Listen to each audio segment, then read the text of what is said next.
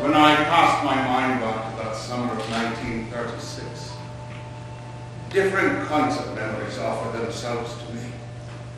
We got our first wireless set that summer, sort of a set, and it obsessed us. And because it arrived as August was about to begin, my Aunt Maggie, she's a joker of the family, she suggested we give it a name. She wanted to call it Blue after the old Celtic god of the harvest.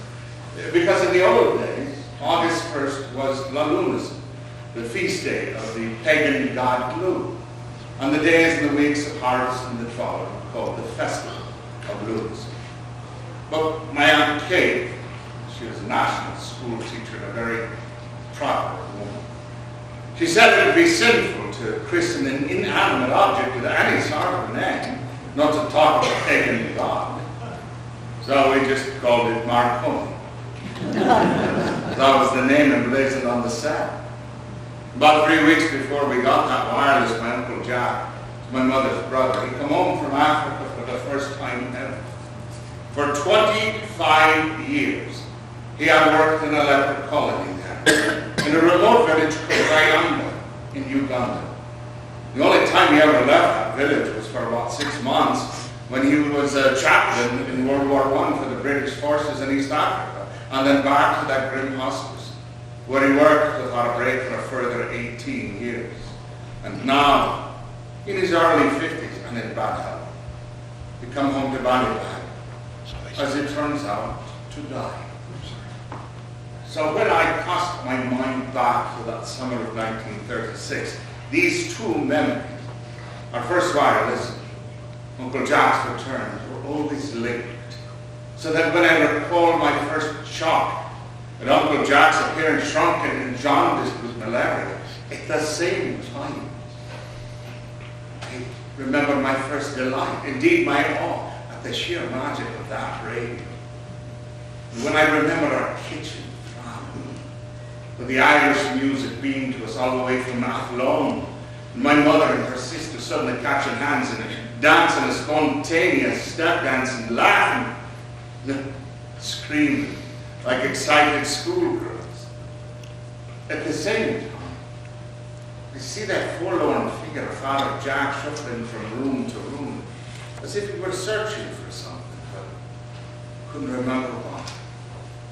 And although I was only a child of 7 at the time, I know I had this sense of unease, becoming aware of a widening breach between what seemed to be and what was. Things changed far too quickly before my eyes, of becoming what they ought not to be. And maybe, perhaps it was because Father Jack didn't turn out at all like that resplendent figure in my head. Or maybe it was because I witnessed Marconi's voodoo derange those kind, sensible women, transforming them into shrieking strangers. Or maybe it was because during those Lughnasa weeks of 1936, we were visited on 2 occasions by my father, Jerry Evans. And for the first time in my life, I had a chance to observe it.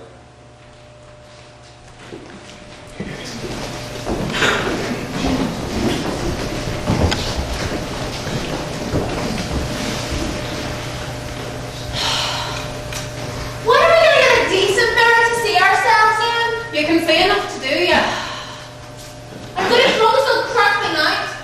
Indeed you're not, Chrissy. I'm the one that broke it, and the only way to avoid 7 years bad luck is to keep on using it. You can see nothing in it. Except more and more wrinkles. Do you know what I think I might do? Think I just might start wearing lipstick. Huh? You hear this, Maggie? Steady on, girl. Today it's lipstick, tomorrow it's the gin bottle. I think I just might. As long as Kate's not around, do you want to make a pig of yourself? Far too pale. For the old mousy hair. Need a bit of colour. What for? What indeed?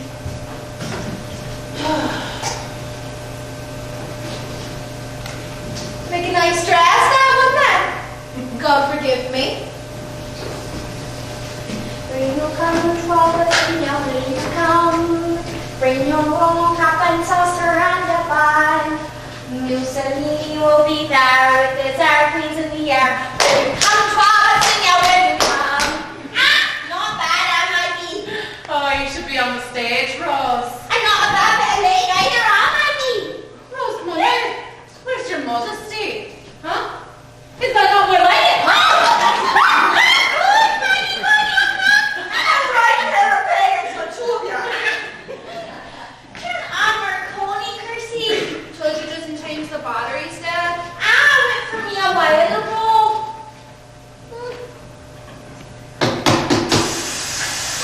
See, I take old board. Cables have a battery back at home. If it's the battery that's wrong. Told you. Oh, that set is useless. Where's our Sinyagi? It's in Africa, Rosie. Huh. Was there a war there? Yes, I told you that. And that's where Father Jack was, isn't it? No, Jack was in Uganda, Rosie. That's a different part of Africa. You know that. You're right. I know that. Will you vote for Devereux? Will you vote? If you don't, we'll be like Gandhi with his gold. Uncle Phil from Malting Glass has a wireless pocket. Will you vote for Devereux? Will you vote? Oh, I'll tell you something, Rosie. The pair of us should be on the stage, huh? The pair of us should be on stage, Aggie. What's that son of yours at out there? God knows, as long as he's quiet. It's making something. Looks like a kite. Michael! Oh, that was the wrong thing to do. It's gonna have your hair, Chris. Nice like old bush. Will you wash it for me tonight, Marnie? Are we all for a big dance somewhere? After I put Michael to bed, right then? I'm your man. Maybe there are some boys about to play with. Now you're talking. Couldn't we all do with that, huh? Oh, wouldn't it just be great if we had a What is it? I thought I heard Father Jack at the back door. I hope Kate remembered his quinning. She'll remember. Kate forgets nothing.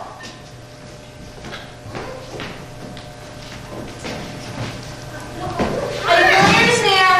How was I to know? Don't you see me ironing? What, now you've lost it? I bothered you. Rosie, lad, will you give me a hand with this? We don't work a bit faster. We'll never get 2,000 pages finished this week.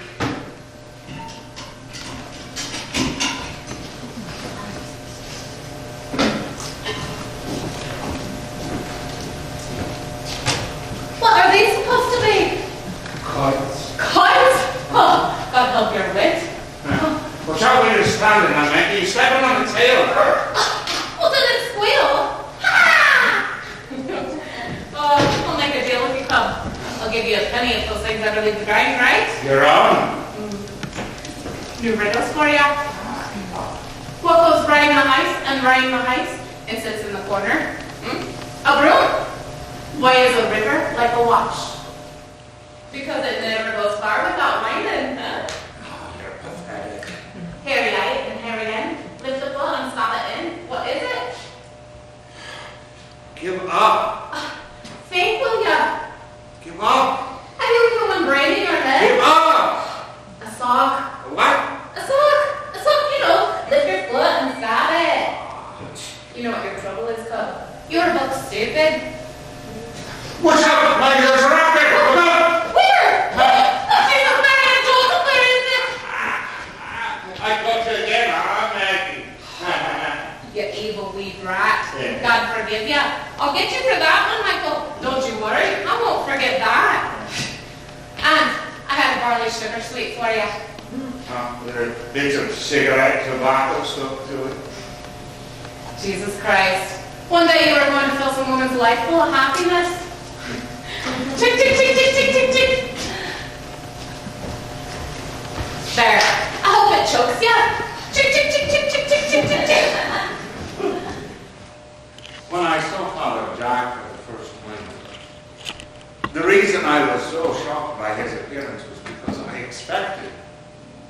well, I suppose a hero from a schoolboy's book. Once I'd seen a photograph of him, splendid, radiant in his officer's uniform. It had fallen out of Aunt Kate's prayer book, and she snatched it from me before I had the chance to study it in detail. It was a picture taken in 1917, when he was a chaplain for the British forces in East Africa, and he looked magnificent.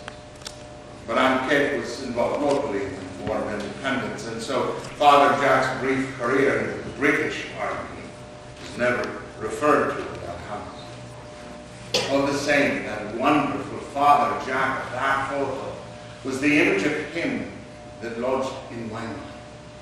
And if he was a hero to me, he was a hero and a saint to my mother and to my aunts. They pored over his occasional letters. They prayed for him nightly and for his lepers and for the success of his mission, and they scraped and they saved for him. A shilling here, a sixpence there, sacrifices made willingly, joyously, so they'd have a little money to send him at Christmas or for his birthday. And every so often, an article would appear in the Donegal Inquirer about our own leper priest, as they called him then. Because you see, Ballybad was proud. Well, the whole of Donegal was proud.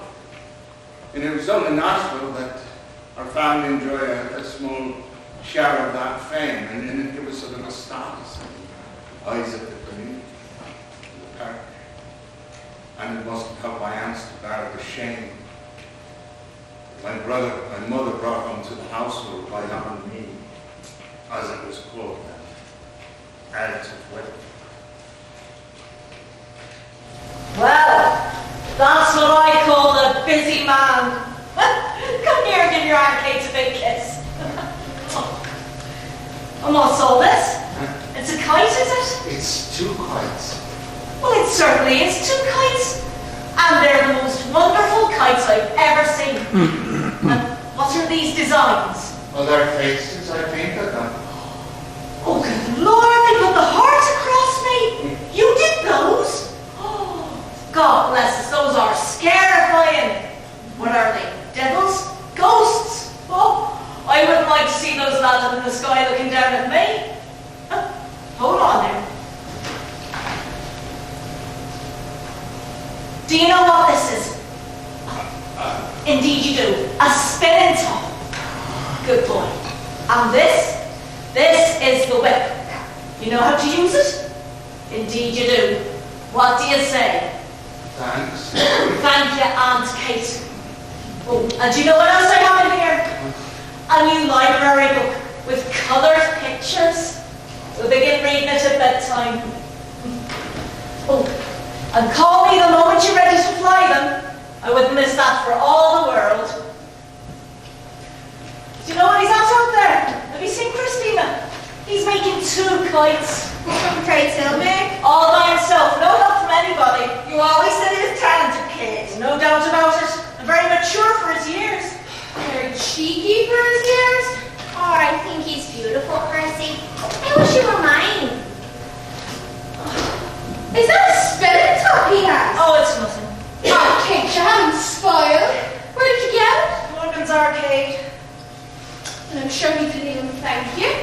Oh, I know why you went to Morgan. I did indeed. He's very manly. Because you wanted to see Austin Morgan. Every field along the road, they're all out to the hay and the corn. Because you have a notion of old Austin Morgan. Going to be a good harvest by the look of it. Ah, she's flashing. Look, she's flashing. Ah, you ought to put a stitch in that hand, Rosie. Ah, but you don't notice that Austin Morgan's going with the young thing from Carrickfad. Rose, what Austin Morgan does or doesn't do with a young thing from Carrickfad. Why are you blushing then? She is blushing. Why, Kate? Why? For God's sake, Rose, shut up, would you? Anyway, we all know you have. Rosie, would you pass me those steel wheels, please?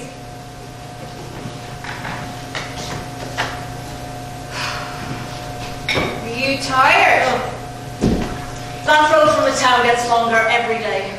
No, you can laugh if you want, but I am going to get that old bike fixed up and I am going to learn to ride this winter. Maybe about Ballybeg. Ballybeg's up at 10, I'm telling you.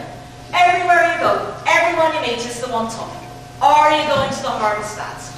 Who are you going with? What are you wearing? This year is going to be the biggest ever and the best ever. All the same, I remember some great harvest dances. Don't we all? Oh, another one of those riveting Annie M.P. Smithson novels for you, Agnes. Thanks. Oh, the marriage of Nurse Harding. Oh dear.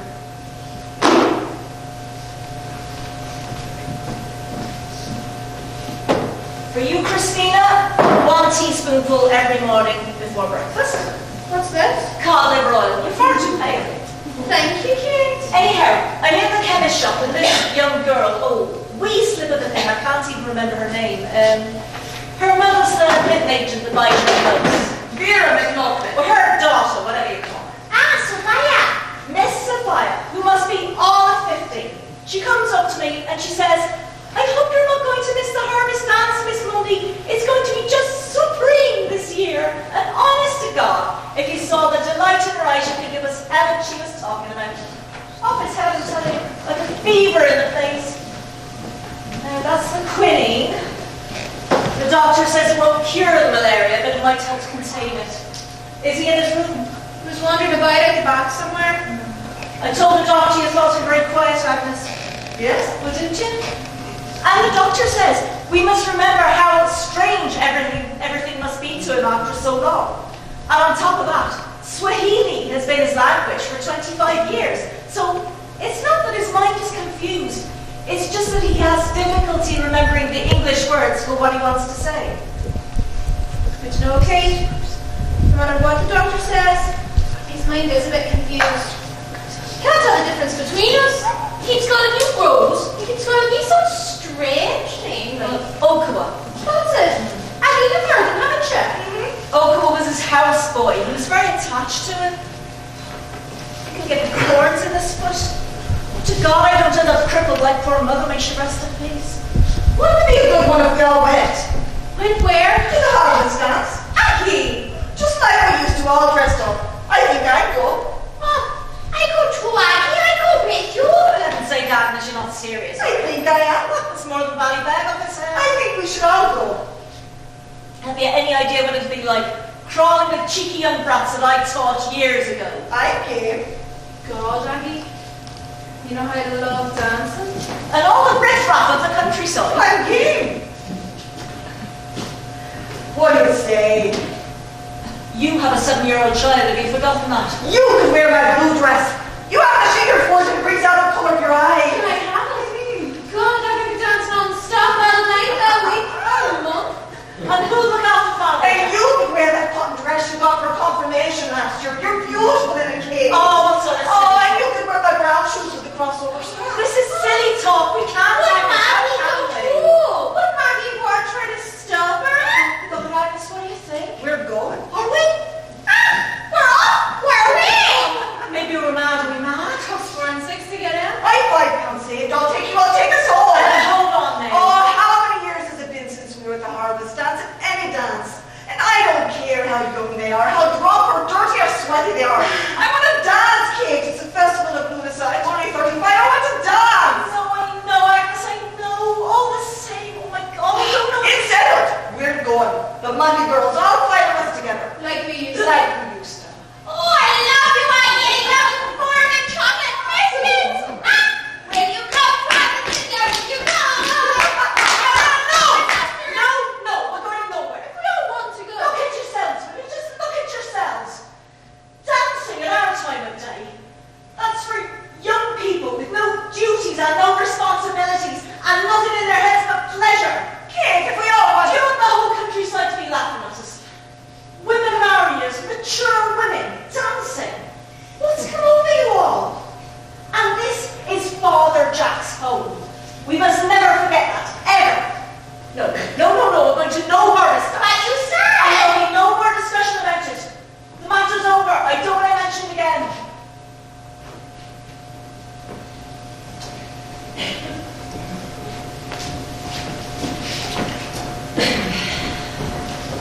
The box is back. Did you see him? He has a whole tune in the hen high store. Oh, did you get a look at him, Aunt Maggie? Well, wasn't I talking to him? He was asking for you. What's that got in his hand? Something I find. What? Sitting very still at the foot of the holly tree. Show me. Say please 3 times. Please, please, please. It's Swahili. You gotta show me, are you not? Now go. Put your ear over here. Listen. Shh. Do you hear? I think so, yes. What do you hear? Something. Are you sure? I'm sure. Aunt Maggie, please show me. All right. Ready? Get back a bit. Right. Bit further right. Right.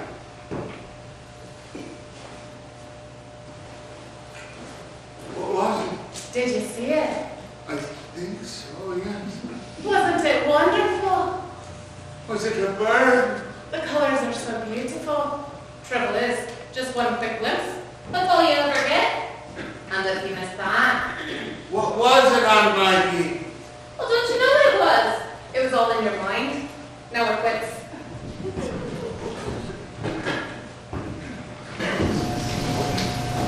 Tea, soap, Indian meal, jelly. I'm sick of that white rooster of yours, Rosie. Some pet that. Look at the lump he took out of my arm. You don't talk to him right. I know the speaking he'll get from me. The weight of my boots. Would you throw some turf on that fire, Chrissy? I'm going to make some soda bread. Watch out. She's in one of her cranky moods. Your 10-mile goodbye, Maggie. Great. The tongue's out of oil. You missed it all, Maggie. What did I miss this time? We were all going to go to the harvest dance like in the old days. And the Your kids. shoes, Rose. The shoemaker says, whatever kind of feet you have, only the insides of the soles wear down. Is that a bad thing? That is neither a bad thing nor a good thing, Rose. It's just distinctive, as might be expected.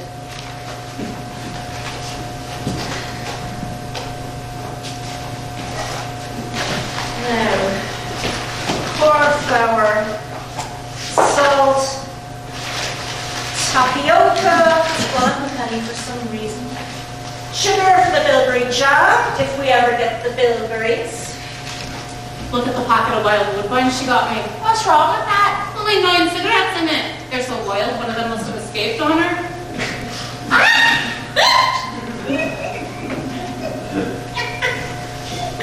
Jackson came to call you Okua too, Maggie. Yes. What does it mean? Okua was his houseboy, it says. Damn it. I thought it was Swahili for gorgeous. Well, that's the very thing we could do with here, huh? A house play. The battery. The man in the shop says we get through these things quicker than anyone in Ballydown. Good for us. I met the parish priest. I don't know what's come over that man, but ever since Father Jack came home, he can hardly look me in the eye. That's because you keep winking at him, Kate. He always was moody, that Well, man. maybe that's it. Now, paper, candles, matches. Oh, the word's not good on that Sweeney boy from the back hills. He was anointed last night. I didn't know he was dying. Not an inch of his body that isn't burned. Does anyone know what happened? Some silly prank up in the hills. He knows he's dying, poor boy, he just lies there moaning. What sort of thing? Now, how would I know? What did he say in the top? I know no more than I've told you, Christina. It was the first night of the festival of Lughnasa last Sunday night, and they were doing what they do every year up in the back hills. Festival of Lughnasa, what's that? First, they light a fire beside a spring well, and then they dance around it, and then they drive their candle through the flames to banish the devils of them. Banish them. You don't know what And it is. this year there was an extra big crowd of boys and girls. They were off their head with drink, and young Sweeney's trousers caught fire, and he went up like dirt. That's what they do every year, I'm telling you. Who filled your head with that nonsense? And that's what happened, I'm telling you. And they're savages. I know those people from the back hills. I've taught them. Savages, that's what they are. And what pagan practices they have are no concern of ours. None whatever. It's a sorry day to hear talk like that in a Christian home. A Catholic home. All I can say is I'm shocked. disappointed to hear you repeating rubbish like that, Rose. That's what happened. I'm telling ya. All the same, it would be very handy in the winter time to have a wee house boy to feed the hens, huh? Chick, chick, chick, chick, chick, chick.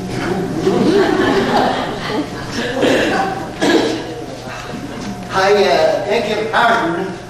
Boom, boom, boom, boom.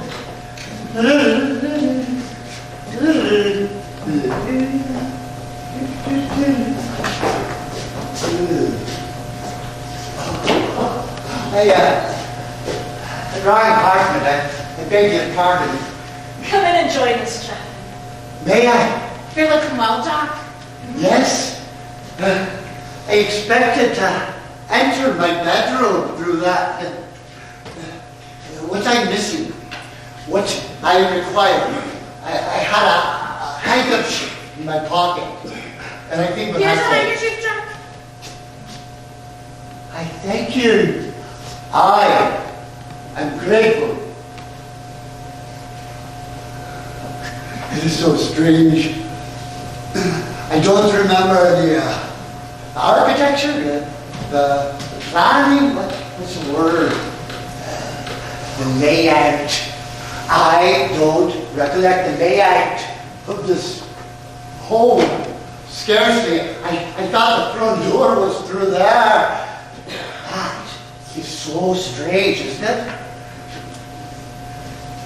You walk to the village, to the buy stores, Agnes. It's Kate. Oh, I'm sorry. Dozens of people were asking for you. They remember me. Of course they remember you. And when you're feeling stronger, they're going to have a great public welcome for you. Flags, bands, speeches, everything. Why would they do this? Because they're delighted you're back. Yes. Because they're delighted you're home. I'm afraid I don't remember them. I couldn't name 10 people in Ballybeck. Welcome back to no word. Do you think so? Yes, it will. Perhaps. I feel the climate's so cold. Forgive me. Why don't you go lie down? Maybe I'll do that. I thank you. You are most kind. Jack, Yes. this way.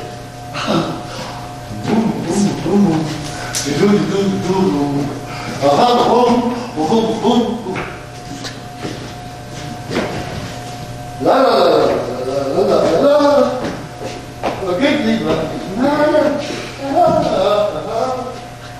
It'll be a slow process, but he'll be fine.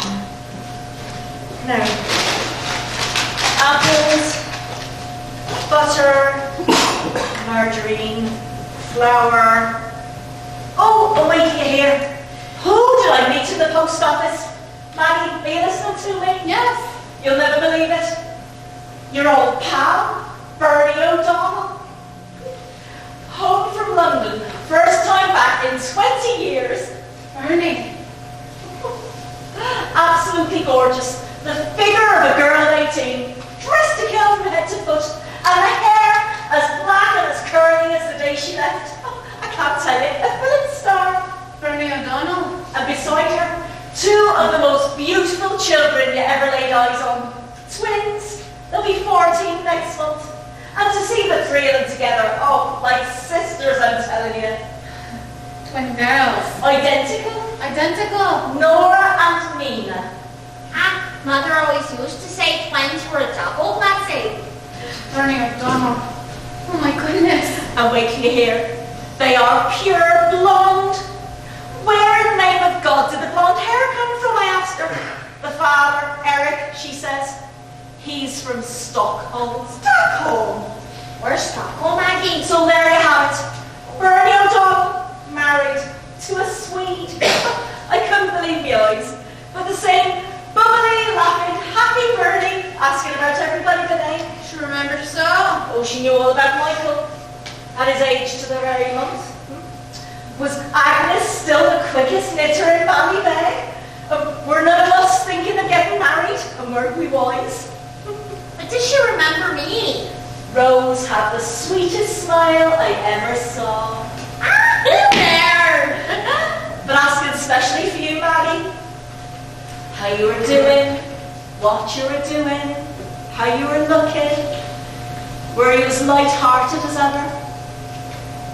Every time she thinks of you, she says, she has the memory of the pair of you hiding behind the turnstile, passing a cigarette between you and falling about laughing over some boy called, what was it, Curly somebody?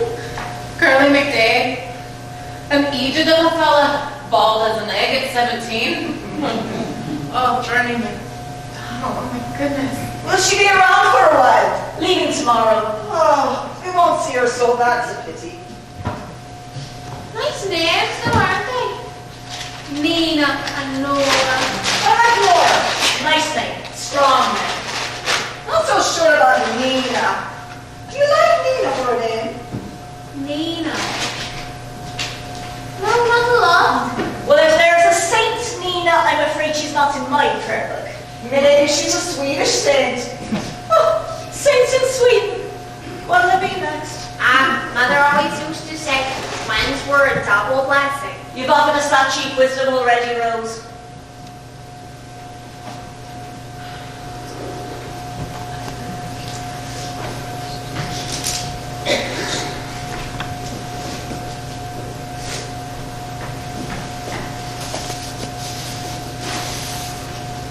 You have some flour in your nose, honey. When I was 16, I remember slipping out one Sunday night. It was this time of year, the beginning of August. And Bernie and I met at the gate of the workhouse, and then the pair of us off to a dance in Ardstraw. I was being pestered by a fellow called Tim Corlin at the time, but it was really Brian McGinnis that I was keen on. You remember Brian with the white hands and the longest eyelashes you ever saw? But of course, he was crazy about Bernie. Anyhow, the four of us hopped on the bar of their bikes and off we headed to Ardstraw. 15 miles each way, if Daddy had known, may he rest in peace. And at the end of the night, there was a competition for the best military two-step, and it was down to 3 couples, the local pair from Ardstraw, wee Timmy and myself, and he was up to there on me. Oh, and Brian and Bernie. And they were just so beautiful together, so stylish. You couldn't take your eyes off them. People just stopped dancing and gazed at them. And when the judges announced the winners, they were probably blind drunk. Naturally, the local couple came first. Timmy and myself came second, and Brian and Bernie came third. Poor Bernie was stunned. She couldn't believe it. Couldn't talk. Wouldn't speak to any of us for the rest of the night. Wouldn't even cycle home with us. She was right, too. They should have won. They were just so beautiful together. And that's the last time I saw Brian McGinnis. You remember Brian with the... And the next thing I heard, he had left for Australia. She was right to be angry, Bernie. I know it wasn't fair. It wasn't fair at all. I mean, they must have been blind drunk, those judges, whoever they were.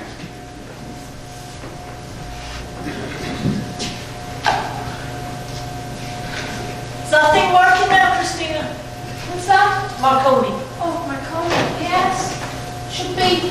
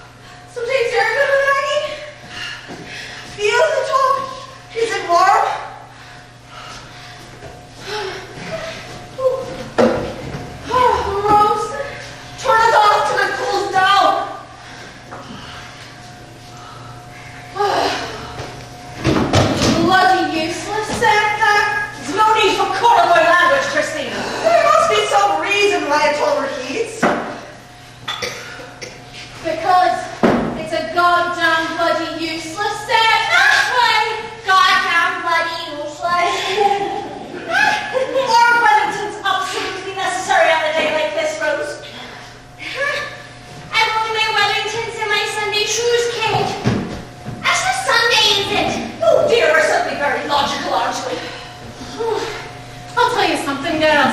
This Ginger Rogers has seen better days. It's those cigarettes are killing you. Wonderful wild woodbine. Next best thing to a wonderful wild man. Want a drag, Kitty? Oh, go and wash your face, Maggie. But for goodness sake, tie those laces. Yes, miss. Where's Michael Chrissy? Where those kites, is he? He's not there, he's gone. He'll be alright. He was there 10 minutes ago. He won't go far. But if he goes down to the old well, Leave him alone for once, will you please?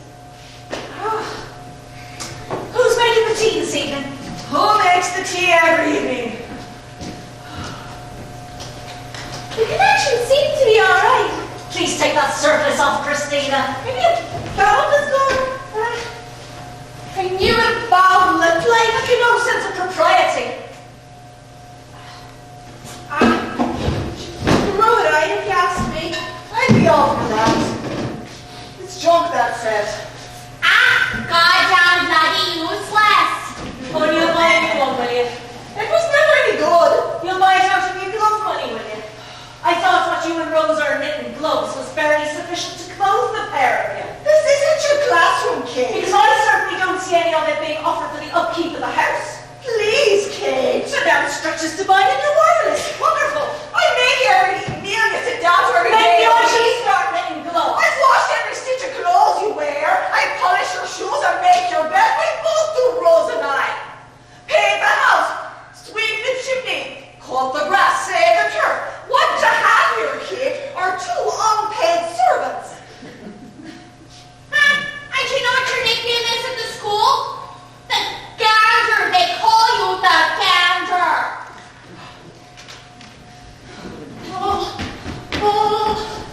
Come here, till you see. Look who's coming up the line. Who's coming? I only got a glimpse of him, but I'm almost starting it. Who is it? Who? It's Jerry Evans, Chrissy. Christ almighty. He's on the bend in the lane. Jesus Christ almighty. How dare Mr. Evans show his face here? He wants to see his son, doesn't he? There's no welcome for that creature here. My Sunday shoes. Who hit my Sunday shoes? Enough to give him his tea. I don't see why we should. And there's nothing in the house. No business at all coming here and upsetting everybody.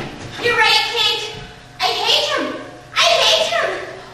Has anybody got spare shoelaces? Oh, look at the state of that floor. Maybe he just wants to meet Father Jack. Father Jack may have something to say to Mr. Evans. Agnes, put those clothes away. My woodbine. Where's my wild woodbine? I won't stay the night, will you, Kate? He certainly won't stay the night in this house. What?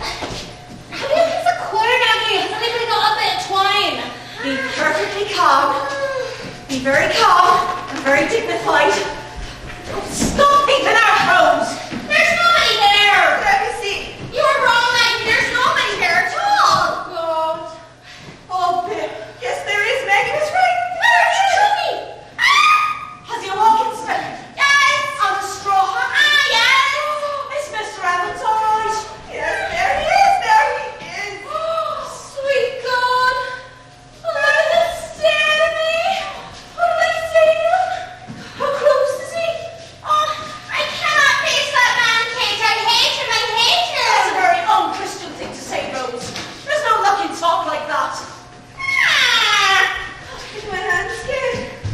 I'm shaking. You are not shaking. You are perfectly calm and you're looking beautiful, and what you're going to do is this. You'll meet him outside.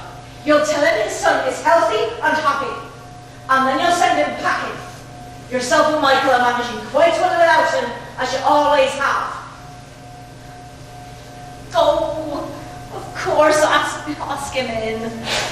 Give the creature his tea. And stay the night if he wants to. But in the outside loft. And alone.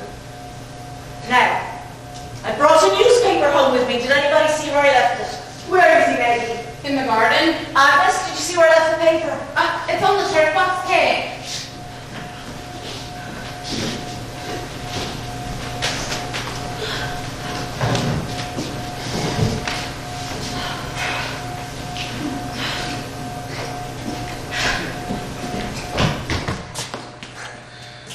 Chrissy. It's great to see you. Hello, Jerry. And how have you been for the past 6 months? 13 months. 13? Never. July of last year.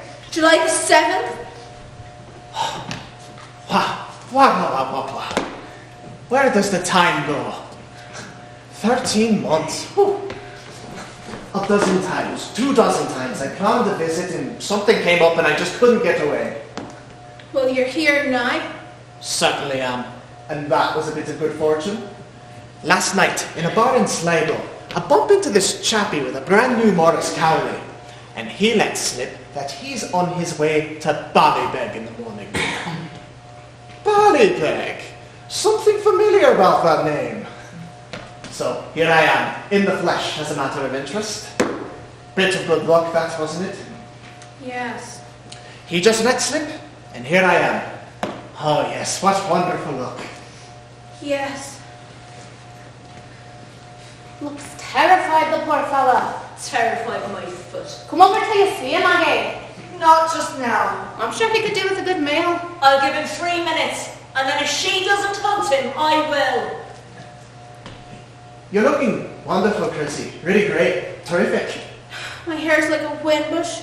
Oh, it looks lovely to me. Maggie's gonna wash it for me tonight. And how is Maggie? Fine. And Rose and Kate? Grand. And Agnes? Everybody's well, thanks. Tell her I was asking for her, Agnes. I tell her. I'd ask you in, but the place Oh, is... no. Some other time. Thanks all the same. The schedule was a bit tight today. And the chappie who gave me a lift tells me that Father Jack's home. A couple of weeks ago? All the way from Africa. Yes. Safe and sound. Yes. Terrific. Yes. Lucky man. Yes. Really should take up some more exercise. I'm putting on a bit too much weight. He's not still there, is he? Yes. Doing what in God's name? Talking. Would somebody please tell me what they have to say to each other? He's Michael's father, Kate. Well, that's a responsibility never burdened Mr. Evans. Commercial traveller called into Kate's school last Easter. He said he met you in Dublin. Had some stupid story about you teaching dancing lessons up there. He was right. He was not, Jerry. Crossed the old ticker. Real lessons. All last winter. What sort of dancing? Strictly ballroom. Should have been you the one giving them though, Chrissy. You were always far better than me. Do you remember that? That was fun while it lasted. I enjoyed that. And it came to you to be taught. Oh, don't look so surprised. Everybody loves to dance. I had thousands of pupils, millions. Jerry. 53. I'm alive, 51. And when the good weather came about, they all sort of drifted away. It's a shame, really. Yes, I enjoyed that. But as it turns out, I started a completely new career, never been busier. Gramophone salesman. Agent for the whole country, if you don't mind. Minerva Gramophones, the wise buy. Sounds good, Jerry. Unbelievable. All I have to do is get the orders and pass them on to Dublin. Oh, a big enterprise, Chrissy. One very big enterprise.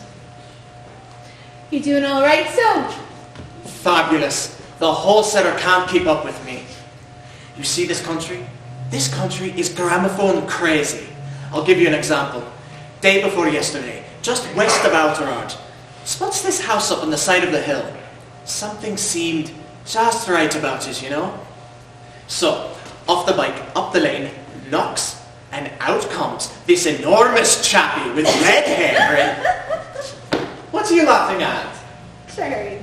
I promise you, I show him the brochures. We talk about them for 10 minutes. And just like that, he takes 4 of them. 1 for himself and 3 for the merry daughters. He took 4 gramophones. 4 brochures.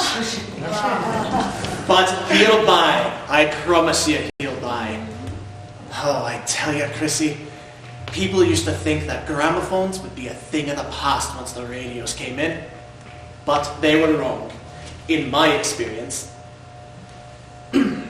He's watching us from behind that bush there. Micah! Oh, pretend you don't notice, just carry on. And this is all his stuff? He's making kites if you don't mind. Oh, unbelievable. I got a glimpse of him down by the foot of the lane. He's just enormous. He's at school, you know. Never. Wow. Since when? Since Christmas. Can't get him in early. And he likes it. He doesn't say much. He loves it. He adores it. They all love school nowadays. And he'll be brilliant at it. Actually, I intended on bringing him something small. No, his aunts have him spoiled. Or just a token as a matter of interest. I was looking at a bicycle in Kilkenny last Monday, and well, they only had it in blue, and I thought that black might be a bit more manly. So I gave him my name. I'll call next time I'm down there. Are you busy yourself? Usual. Housework. Looking after his lordship. Wonderful. How bad was Rose out with their knitting, the odd bit of sewing? Pity you don't sell sewing machines. Now there's an idea. Do both the jobs together, make an absolute fortune. Oh, you have the most unbelievable business mind, Chrissy. I've never met anything like it. What are you laughing at? You should see the way she's looking at him. You'd think he was the biggest toff in the world. Tinker more likely. Loafer. Way strong. She knows all that too. Two. That's all there is. Come over till you see them, Agnes. Not just now. You'll never guess what I met on the way out from town. Oh, talk about good fortune.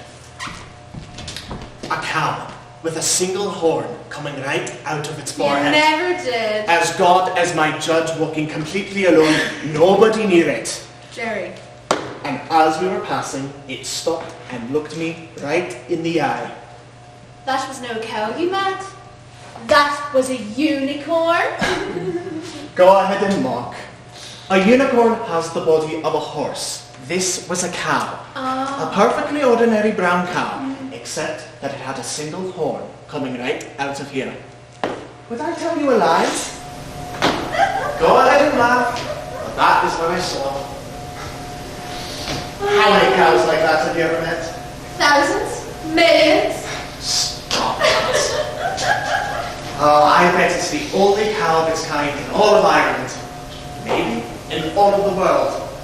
And I met it on the road to Ballybeg. And it winked at me. You never mentioned that. What? That it winked at you. Oh, unbelievable. That's what made it all so mysterious.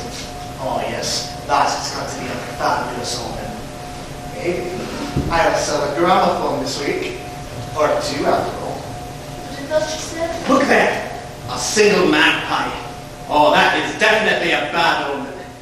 Oh, one for sorrow. Bang! Ah, missed! Where's my lucky cow? Come back, brown cow, come back! You're not still talking early. Laughing. Oh, she laughs all the time with him. Do you hear it, Maggie? Yes. Laughing. Absolutely beyond my comprehension. Like so many things, kid. 2 more minutes, and Mr. Evans is going to be talking to me. Laughing. Thinking about going away for a while, Kirsty. Where to? But I'll be back to say goodbye first. You going home to Wales? Wales isn't my home anymore. My home is here. Ireland, I mean. To Spain as a matter of interest. To sell gramophones? Good God, no. You'll never believe this. To do a bit of fighting with the International Brigade. A company leaves in a few weeks and, well, you know old Jerry, when the blood's up, bang, bang, bang, missing everyone. Are you serious? I'm a bit surprised myself. What do you know about Spain? Not a lot. A little. Enough, maybe. Yes, I know enough. And I thought I might try my hand at something worldly for a change. Give Evans a big cause and he won't let you down. It's only the everyday things that he's not so successful at. Anyhow, I'm still to enlist. He's still watching us. He thinks we don't notice. I wouldn't mind talking to him. He's a bit shy. Naturally. Does he know my name? Of course he knows your name. Good. Thanks. Well, maybe not so good. He's a very handsome child. He has your eyes. Lucky boy. Good for you, Aggie. What did you do to it? I didn't touch it. Turn that thing off, Agnes, will you? You've got a gramophone. Oh, I could have gotten It's it a too. wireless set. Oh, very posh. Doesn't go half the time. Aggie says it's a heap of junk. Well, I know nothing about radios, but I can take a look at it if you... Some other time, when you come back. And Agnes as well. Fine. Fine. Of all your sisters, she seemed to object least to me. Tell her I was asking for it. Tell her. It's a good tune. Jerry! Don't talk. What are you at? Not a word. Oh, Jerry! They're watching us, you know. Aggie and Maggie from the kitchen window. Also, and Kate. And Father Jack. Better still, sorry. They're dancing. What? They're dancing together. God forgive you. He has her in his arms. He has not the animal. They're dancing around the garden, Maggie. Oh, God, what sort of fool is she? He's a beautiful dancer, isn't he? He's leading her astray again, Maggie. Look at her face. She's easy led. Come over till you see them, Maggie. I'm busy. For God's sake, can't you see I'm busy? That's the only thing that Evans creature could ever do well was dance. And look at her on the phone. For God's sake, would you look at that fool of a woman? Her whole face alters when she's happy, doesn't it? They dance so well together. They're such a beautiful couple. She's as beautiful as Bernie O'Donnell any day, isn't she? Do you know the words? You never know any words. Neither do I. It's not important. This is more important. Marry me, Chrissy. Are you listening to me? I hear you. Will you marry me when I come back in a couple of Don't weeks? think so, Jerry. I'm mad about you, Chrissy. I've always When been. you're with me. Leave this house and come away with me. But you'd walk out on me again. You wouldn't intend to, but that's what we do, because that's in your nature. You can't help yourself. Not this time. This time it's me. No more words. Just dance me down to the end of the lane and then you'll leave. The omens are wonderful this time, Chrissy. The omens are fantastic this time.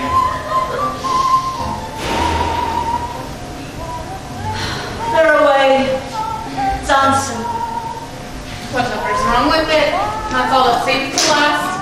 Just a few minutes at a time. Something to do with the way it keeps up. We probably won't see Mr. Evans for another year, until the humour suddenly takes him again. He has a Christian name. And in the meantime, it's Christina's heart that gets crushed again. That's what I mind. But what really infuriates me is that the creature has no sense of ordinary duty. Does he ever wonder how she clothes and feeds Michael? Does he ask her? Does he care? Going out to get my head cleared. Bit of a headache all day. Seems to me the beasts of the field have more concern for their young than that creature has. Do you ever listen to yourself, kid? You're such a damn righteous bitch! And his name is Jerry! Jerry! Jerry! Well, what was that all about? Who's to say? Don't I know his name's Jerry? What am I calling him? St. Patrick? She's worried about Chris too. You see, That's what a creature like Mr. Evans does. Appears out of nowhere and suddenly poisons the atmosphere in the whole house. God forgive him, the bastard. There. That's what I mean. God forgive me. 'Twas on the Isle of Capri that he found her, beneath the shade of an old walnut tree. Oh, I can still see the flowers blooming round her, where they met on the Isle of Capri. If you knew your prayers as well as you know the words of those old pagan songs. She's right. I am a righteous bitch, out there. She was as sweet as a rose at the dawning, but somehow fate hadn't meant it to be. And though he sailed with the tide in the morning, still his heart's in the Isle of Capri. Now, who's for a foxtrot, huh? You work hard at your job. You try to keep the home together. You perform your duties as best you can. Because you believe in responsibilities and obligations and good order. And then suddenly you realize that hair cracks are appearing everywhere. The control is slipping away. The whole thing is so fragile.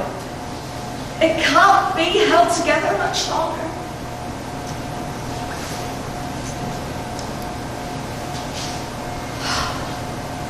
It's all about to collapse, Maggie. Nothing's about to collapse, Kate. And that young Sweeney boy from the back hills, the boy who was anointed, his trousers didn't catch fire like Rose said. They were doing some devilish thing with a goat, some sort of sacrifice for the Lughnasa festival. Sweeney got so drunk he toppled over into the middle of the bonfire. Don't know what put that in my head. Kate. And Mr. Evans will be away for another 12 months, and next week or the week after, Christina will collapse into one of her depressions. Remember last winter? All that sobbing and lamenting in the middle of the night. Don't think I could go through that again. And the doctor says he doesn't think Father Jack's mind is confused, but that his superiors probably have no choice but send him home. Whatever he means by that, Maggie. And the parish priest did talk to me today. He said the numbers in the school are falling and there may not be a job for me after the summer. But the numbers are falling, Maggie, so why is he telling me lies? Why does he want rid of me? And why has he never come out to visit Father Jack? If he gives me the push, all 5 of us will be at home together all day long. We can spend the day dancing to our cover. But what worries me most of all is Rose. If I died, if I lost my job, if this house were broken up, what would become of our Rosie? I must put my trust in God, Maggie, mustn't I? He'll look after her, won't he? You believe that, don't you? Kate. I believe that too. I believe that. I do believe that. Well, now that you've had a good look at him, what do you think of him? Do you remember him? Saw him. Yes, you have 5 or 6 times you've forgotten. And he saw you at the foot of the lane and he thinks you're handsome. And Kate got me a spinning top that won't spin. He's handsome, isn't he handsome? You will. Tell you a secret? The others aren't to know. He has got a great new job and he's wonderful at it. What does he do? And he has bought a bicycle for you, a black bike, a man's bike, and he's going to bring it with him next time he comes. Is he coming back soon? Maybe. Maybe. Yes. Yes, he is. How soon? Next week, the week after. Soon. Soon. Soon. Oh, yes, you are a lucky boy. And I'm a very, very lucky woman. And another good thing, lucky boy. You have your mother's eyes. And what's the good news here? most exciting turf we've ever burned. Jerry's not gone, is he? Just a minute. He says thank you for the offer of the bed. Next time he's back. That'll be in a couple of weeks, depending on his commitments. If the outside loft happens to be empty. And he says, sends his love to you all. His special love for you, Agnes. And a big kiss. For me? Yes, for you. Those are beautiful, Aggie. Would Jack place them in his room? Put them on his windowsill with a wee card. Roses. So the poor man's head won't be delivered looking for the word, huh? And now, girls, the daily dilemma. What's for tea? There are 8 of us, Maggie. Well, how are there 8 of us?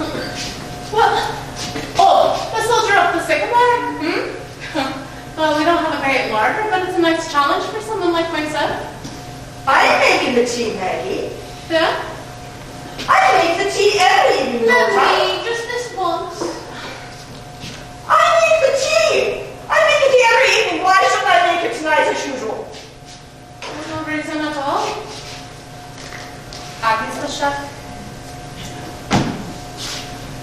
Everybody's doing it, picking their noses and chewing it. Please. If she knew her prayers half as well as she knows the words to those old pagan songs. Marconi, my friend, you're not still asleep, are you? Anybody's looking for me, I'll be down at night in the river for the rest of the... I beg your pardon, my mind was... It's Kate! It's Kate? And Agnes!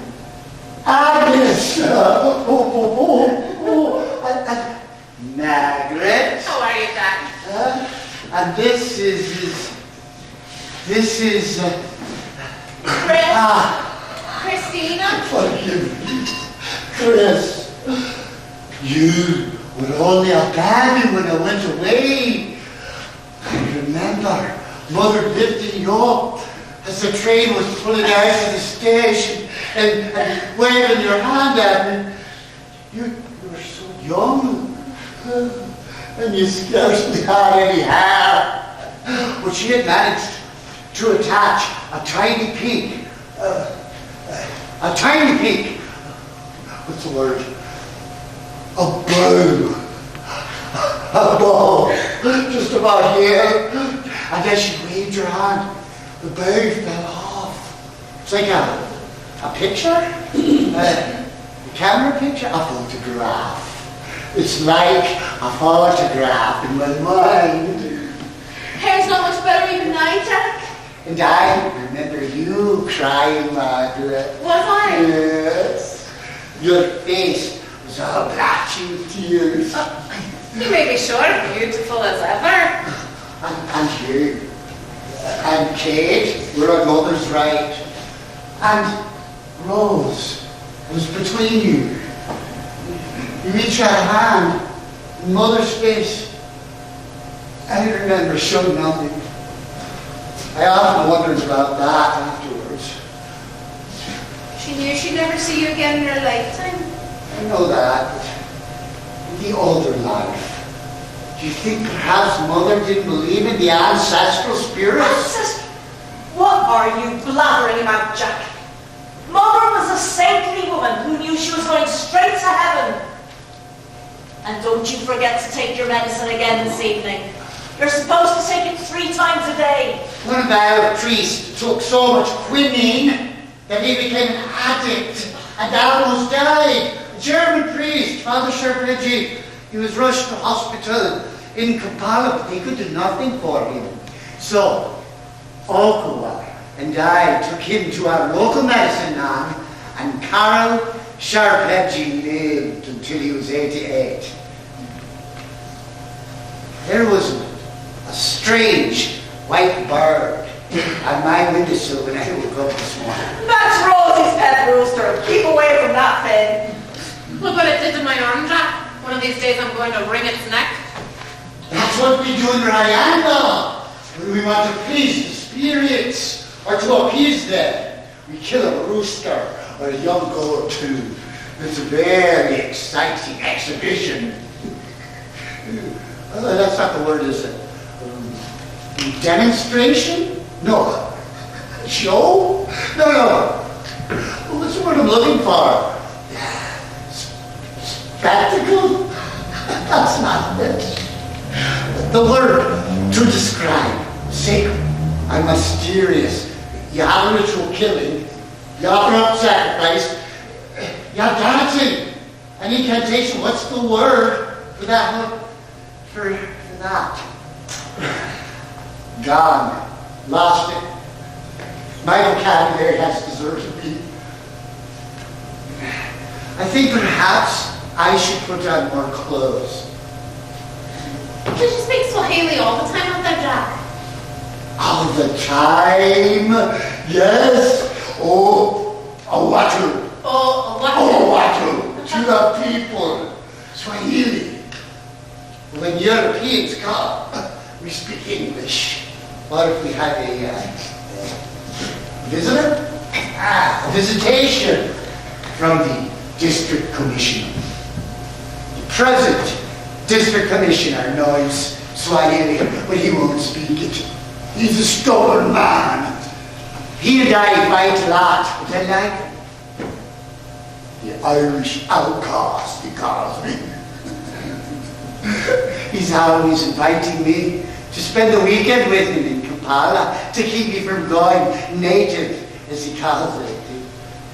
Perhaps when I go back, if you cooperate with the English, they give you lots of money for churches and schools, hospitals. And he gets so angry with me when I won't take his money. Reported me to my superiors in head house last year. They were cross. Dead cross. Tonight, when I was saying goodbye to him, he thought this was very funny. He gave me a present of the last governor's ceremonial hat to take home with it. Ceremony! That's the word! How could I have forgotten that? The offering, the ritual, the dancing. A ceremony! Oh, such a simple word. What was I telling you? The district commissioner gave Oh, you the present. yes. Oh, wonderful. Triangular hat with 3 enormous ostrich beams rising up out of the crown. I have it in one of my trunks. I'll show it to you later.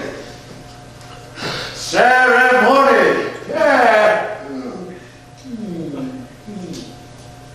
You'll get thanks to a strange. Coming back in the boat. There were days when I couldn't remember even the simplest word. Not that anybody seemed to notice. And you can always pint, can't you, Margaret? Or make signs? Or make signs! Or dance? What you must do, Jack, is read a lot. Books, papers, magazines, anything. I read every night to young Michael. It's great for his vocabulary. I'm sure you're right, Kate. I'll do that. I haven't seen young Michael today, Agnes. It's Christina, Jack. Oh, sorry. He's out there somewhere, making kites if you don't mind. And I still have to meet your husband. I'm not married? Ah. Michael's father was here a while ago. Jerry Evans. Mr. Evans is a Welshman. Not that that's relevant to anything. You were never married? Never. We're all in the same boat, Jack. We were hoping you'd hunt about and get men for all of us.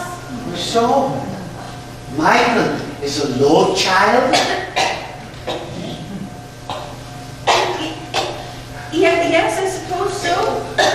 He's a fine boy. He's not a bad one. You're lucky to have him. We're all lucky to have him. In Ryango, women are eager to have Lord children. The more love children you have, the more fortunate your household is thought to be. Have you any other love children? No, she certainly has not, Jack. How much as it may surprise you, neither does Agnes, nor Rose, nor Maggie, nor myself. No harm to Rihanna, but you're home in Donegal now. And much as we cherish love children here, they're not exactly the norm. And the doctor says, if you don't take exercise, your legs will seize up on you. So, I'm going to walk you down to the main road and back 3 times, and then you'll get your tea. And then you'll read the paper from front to back. And then you'll take your medicine, and then you'll go to bed. And you'll do the same thing tomorrow, and the day after, and the day after that, until we have you back to what you were. Now, you make a start, and I'll catch you up. Now, where's the cardigan?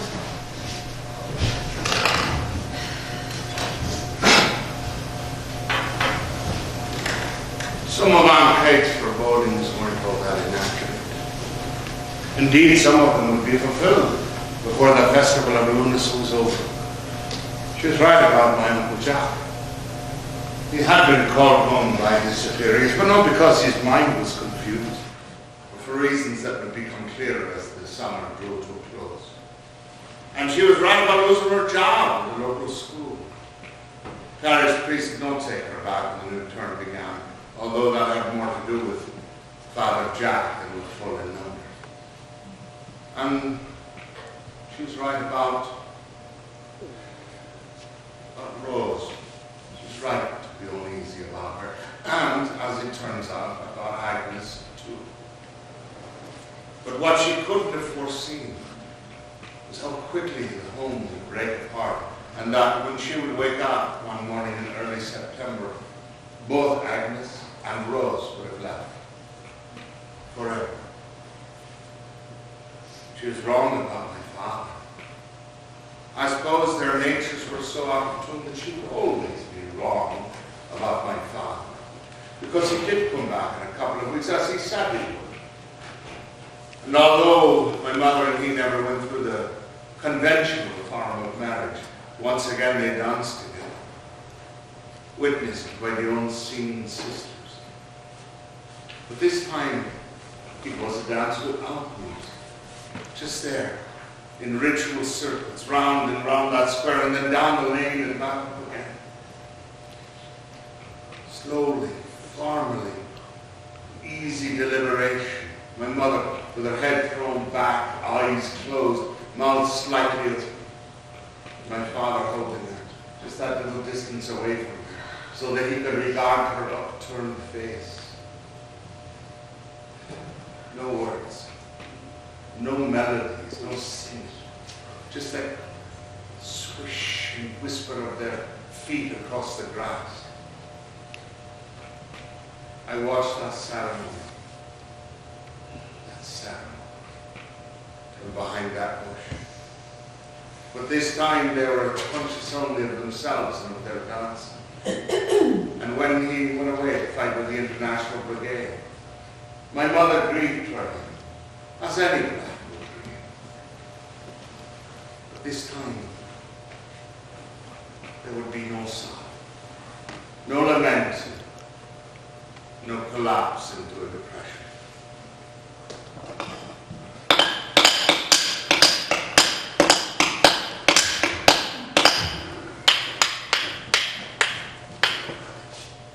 We'll leave these back where we found them, Jack. They aren't ours. They belong to the child. Now we'll go for a walk.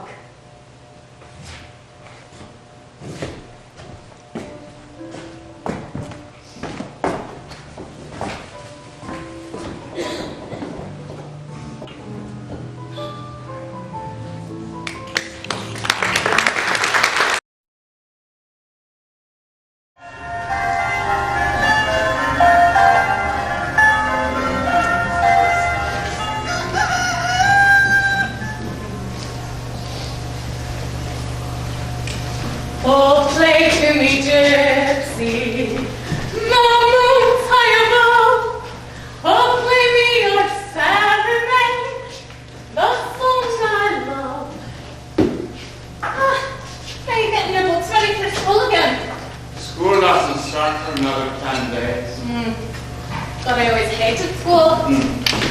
Oh,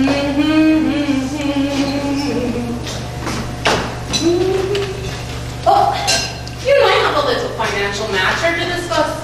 Huh? Do you hear me, Cub? No listening. You owe me money. I do not. Oh, yes, you do. 3 weeks ago, I bet you a penny those old kites would never get off the ground, and they never did. Well, it's because there was never enough wind, that's why. Ah, enough wind. Would you listen to him? A hurricane wouldn't shift those things. Anyhow, a debt's a debt. 1 penny, please, at your convenience. Or the equivalent in time, 1 wild woodbine.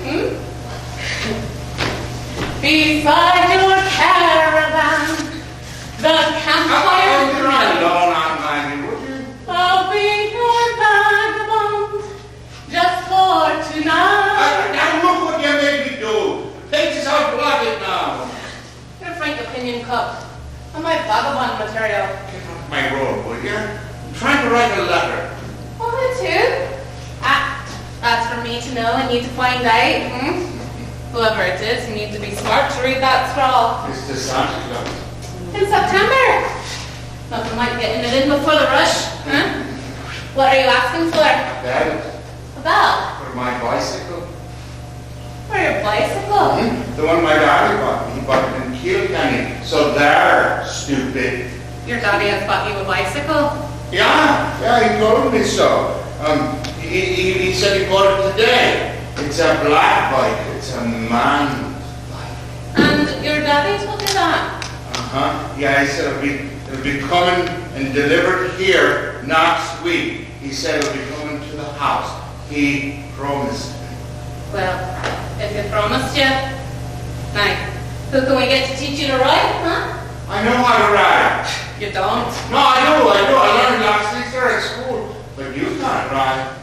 Maybe not by myself, but put me on the bar, Cub. Magnificent. You've never been on the bar of a bike in your life, Oh, yes, I did, Michael. Oh, yes, indeed, I did. Now, after write to Santa some other time, on a day like this, you should be out running about the fields like a young calf, hold on. A new riddle for you. Give up. A man goes to an apple tree with 2 apples on it. He doesn't take apples off it. He doesn't leave apples on it. How does he do that? Give up. Think. Give up. Well, since you don't know, I'll tell you.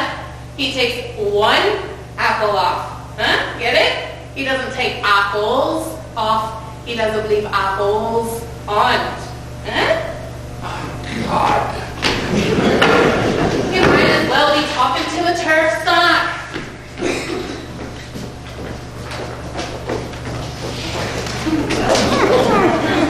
I hear the church bell ringing. A big posh wedding today. Not one of my sisters, is it? No such luck. A man called Austin Morgan and a girl from Carrickcrag. Austin Morgan. Should I know that name? I don't think so. They own the arcade in the time. How are you today, Jack? Oh, cold as usual, Maggie. I'm complaining about it as usual. Well, complain away, why wouldn't you? And it is getting colder. But you're looking stronger every day, Jack. I feel stronger too. Now, after my last walk of the day. Number 3? Number 4, down past the clothesline, across the stream, round the old well, and up through the meadow. And when that's done, Kate won't have to nag at me. Nag? Nag? Sounds funny.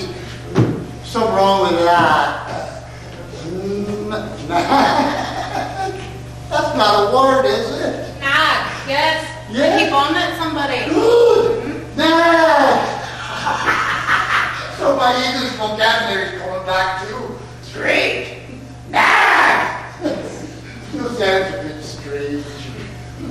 Time for another walk, Jack. Just about to set out on number 4, Kate. And thank you for keeping at me.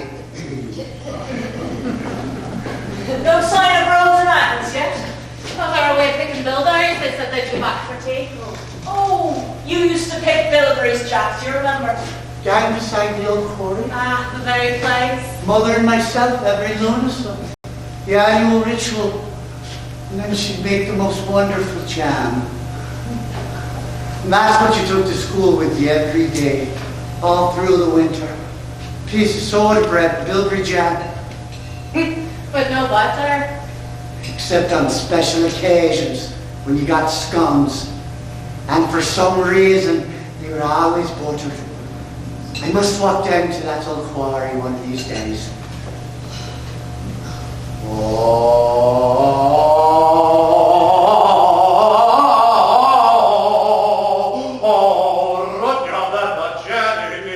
Oh, sweeter than my body, oh, nip my body, like moonshine wine, like kidneys fly the Mary, like kidneys fly the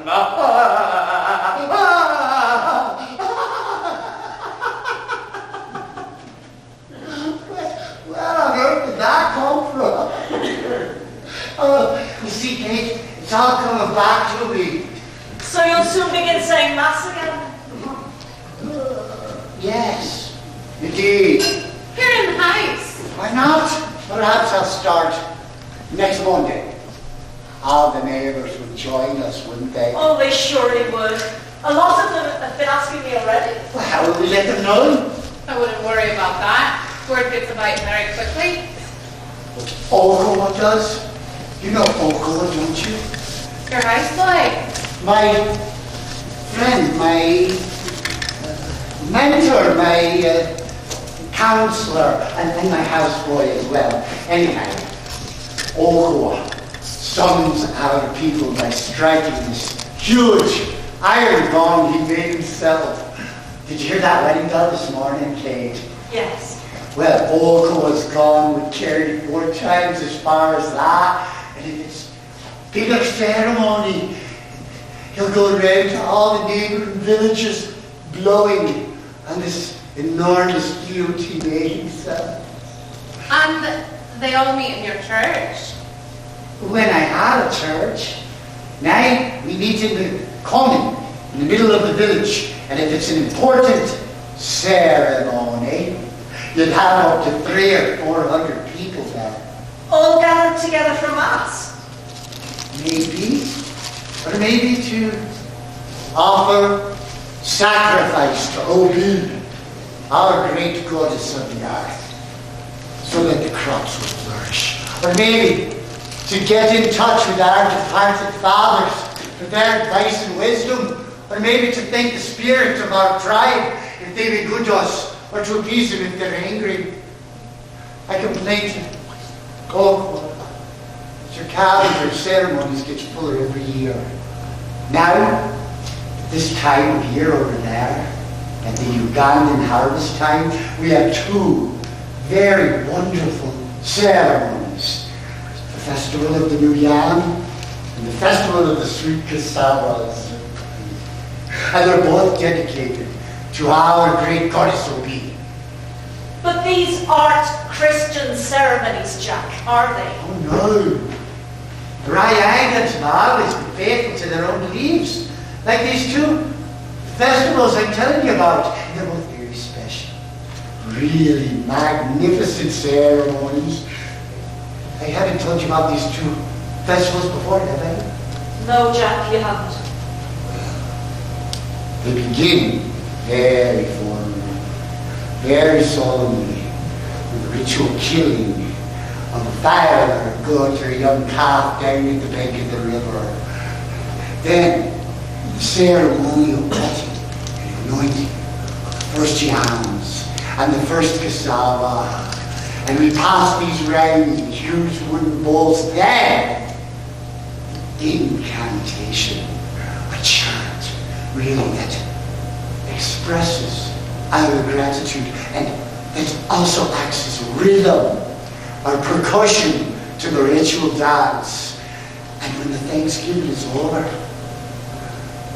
the dance continues. And the interesting thing is that it grows naturally into a secular celebration, so that almost imperceptibly the religious ceremony ends and the community celebration takes over. That part of the ceremony is a real spectacle. fires round the periphery of the circle. We paint our faces with coloured powders, and we sing local songs, and we drink palm wine. And then we dance. I dance!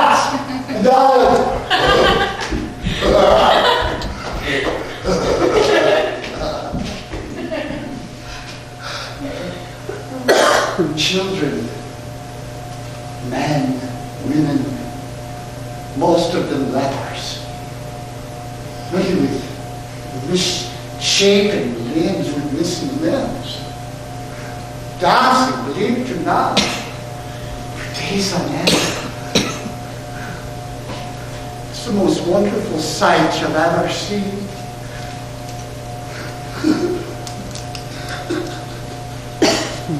And that palm wine.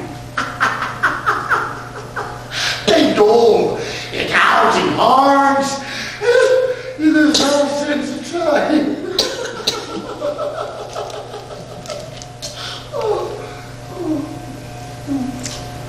Oh yes, the Ryanics are a remarkable people. There's no distinction between the religious and the secular in their culture. And of course their capacity for fun, for dancing, for practical jokes, they have such open hearts. In some respects, they're not unlike us. You love them, Maggie. You should come back with me. How do I get into that? You must stop me from telling these long stories. Exercise time. I'll be back in 10 minutes. And only last week, it took me half an hour to do number 5. You've done a great job with me, Kate. So please, do keep nagging at me. Oh, no, it's not. It's not. It's not Gilbert's stomach, is it? Sorry? That quotation. What's that? Oh, right out of the cherry. Oh, sweet defendant. No, it's not. Gilbert and Sullivan. But it'll come back to me. I promise you. It's all coming back. Jack, Yes. you are going to start saying maths again. We agreed on next Monday, haven't we? Haven't we, Maggie? Yes. At first light, the moment Rose's white cock crows. A harvest ceremony. You'll have to find a big gong somewhere, Kate.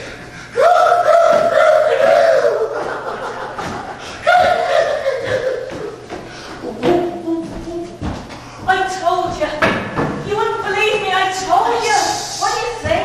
He's not back a month yet. Yesterday, I heard about their medicine man who brought a woman back from death. He needs more time. And this morning it was the spirits of the tribe. And when I mentioned mass to him, you saw how he dodged about. He said he'd say mass next Monday, Kate. No, he won't. You know he won't. He's changed, Maggie. In another month, He'll be completely changed. He's not our Jack at all.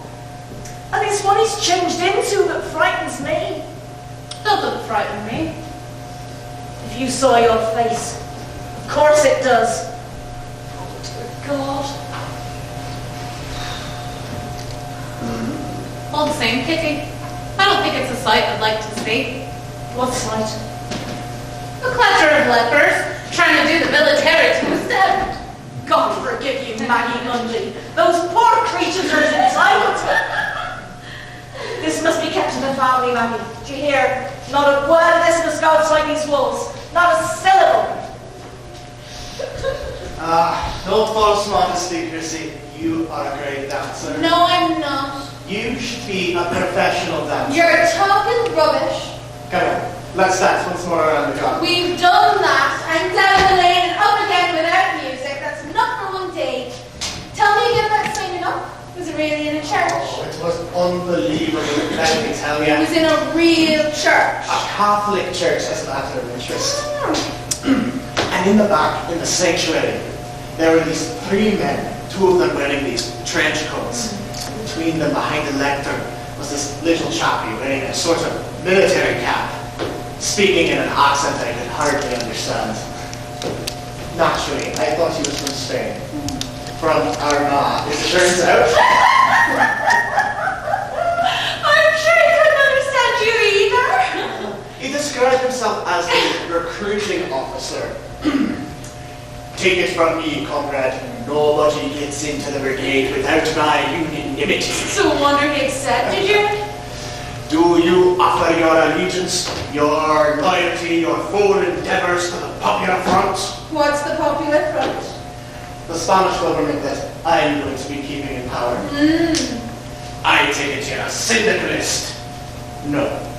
A Marxist. No. An anarchist. No. A Republican, a socialist, a communist. No, no, and no. Can you speak Spanish? No. Can you make explosives? No. Can you ride a motorbike? Yes. You're in. Sign here. So you'll be a dispatch rider? And you leave Saturday?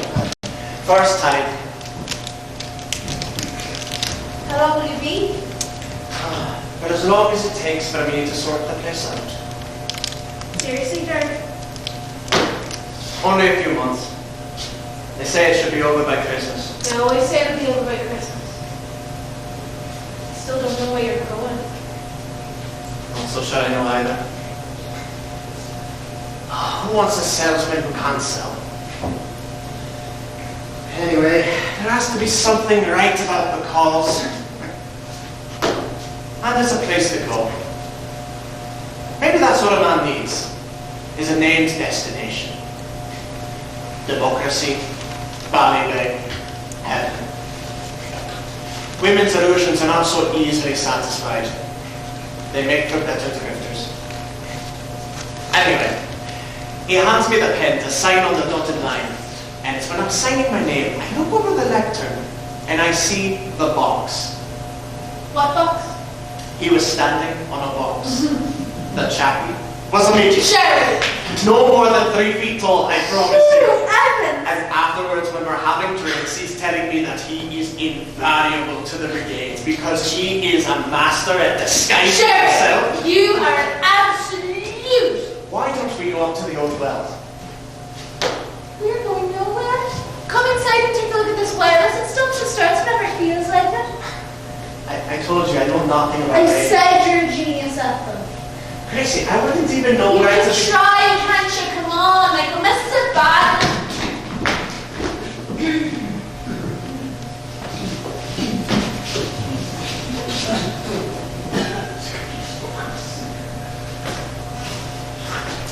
You should see Father Jack. Straight him down the middle. He looks like a new man. Were you talking to him? He wants to do a swap with me. I'm to give him this hat, and he's to give me some sort of three-cornered hat that the district commissioner gave to him. Seems to be a fair exchange. Crazy says you're great with radios, Jerry. I'll take a look, why not? All I can tell you is it's not the battery. I got a new one yesterday. Huh. Well, I'd like to check the aerial first. Often that's where the trouble lies. And if it's not that, then it's got to be the ignition or the sparking plugs. James J. He sounds very knowledgeable. There might be something he can't fetch. I know you're not responsible for Jerry's decisions, Christina. But it would be on my mind if I didn't tell you how strongly I disapprove of this international brigade caper. It's a sorry day for Ireland when we send young men off to Spain to fight for godless communism. Democracy, kid. I'm not going to argue. I just want to clear my conscience. And that's the important thing, of course. And now you've cleared it. Turn the radio on, would you, Chrissy? It's on.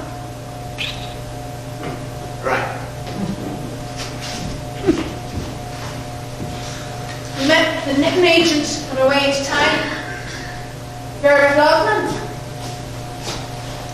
Agnes and Rose aren't back yet, are they? They'll be here soon. She said she'd call in tomorrow, tell them herself. The woman was very distressed. Tell them what? She's not buying any more handmade gloves. Why not? Too dear, she says. Too dear. She pays them a pittance. They go to a new factory in Donegal town. They make machine gloves there far more quickly and far more cheaply. People very used to supply to buy their gloves direct from the factory now. That's awful news, Chrissy. Said they were organising buses to take the workers to the factory and back again. She said that the people who used to work from home have signed on. She tried to get a job there herself. They told her she was too old. She's 41. Poor woman could hardly speak. Oh God. Poor Aggie. Poor Rose. What'll they do? Shh, they're back. Let them have their tea in peace. Tell them later. Who is that beautiful woman down there? Jerry? Up here, Aggie. Where? In the sycamore. Mother of God! Come on up here to me, Aggie. That tree isn't safe, Jerry. Please come down. Oh, you can see into the future from up here. That branch is going to break, I'm telling you. Come on up here and see what's going to happen to you. Oh, Jerry. Do you think I could get a job in the circus? Oh, wow. He flies in the air with the greatest of ease. Oh, stop it, Jerry. Stop it. Very young man on the flying trapeze. You're going Paul. I'm really looking. I'm not watching. That clown of the man is up on top of the sycamore. Go up to him to go down, Chrissy. He's fixing the aerial. He's going to break his neck, I'm telling you. As long as he fixes the wireless first. How are the bilberries, Agnes? Just that bit too right. We should have picked them a week ago. Is that a purple stain on your gansy? No, I don't even got when I fell into a bush. And look at my hand, those crabber's briars. For all the sympathy I got from Rosie, nearly died laughing at me. How is she? She's still in bed? Bed? She left me and came home. She's here, isn't she? I haven't seen her. Have you? No. When did she leave you? Hours ago. Almost immediately after we got to the old quarry, she said she was feeling out of sorts. And she came home by herself. Yes. To come home? That's what she said. She's not in her bed. Oh, God, where could she... Start at the beginning, Agnes. What exactly happened? Nothing happened. Nothing at all. We left here together. When was it? Just after 1 o'clock. That means she's missing for over 3 hours. We walked together to the quarry. She was chatting away as usual. I had my shoe pockets and she had... Go on. Almost as soon as we got to the quarry, she said she wasn't feeling well. I told her not to bother about the bilberries, just to sit in the sun. And that's what she did. For how long? I don't know. 5-10 minutes. And then I fell into the bush and that's when she laughed at me. And then she said... Oh, I've forgotten what she said. Something about having a headache and her stomach being unsettled, and she'd come home and sleep for a while. You're sure she's not your bed? And then what? Oh, where could she be? What's happened to Aunt Rosie? What direction did she go? Direction? Oh, stop sniveling, Agnes! Did she go towards home? I think so. Yes? I don't know, Maggie. She may have gone into the town. She wouldn't have gone into town in her Wellingtons. She was wearing her good shoes. Are you sure? Yes, and her cardigan and her good skirt. I said to her, you're some tough to go to some lady to go pick bilberries with. And she just laughed and said, I'm some tough, Aggie, and I some tough. Had she a bottle of milk with her? I think so. Yes, in one of her cans. Had she any money with She her? had half a crown. That's all she has. Danny Bradley. What? Who? Danny Bradley, Morgana, up in the back hills. Oh, God, no. What? What's this? What about the back hills? She has some silly notion about that scamp Bradley. He says he's in love with her. He said he bought her a present last Christmas. says. What do you know about this Bradley business? I know no more than Chris has told I've you. often seen you and Rose whispering together. What plot has been hatched between Rose and Mr. Bradley? No, God, please, Kate. You're lying to me, Agnes. You're withholding. I want the truth. Honest to God, Kate, I want to know everything you know now. I want to know exactly what's been going on. No, Kate! Stop that at once! She may have gone into the town. She may be on her way back home now. She may have taken a wee turn on her way back from the quarry. Huh? We're going to find her. You search the fields on the upper side of the lane. You take the lower side down as far as the main road. You go to the old well, and you search all around there. I'm going into the town to tell the police. That you're going to know police, Maggie. If she's mixed up with this Bradley creature, I'm not going to have it. I'm going to the police and you'll do what I told you to do. There she is. Look. Look, there she is.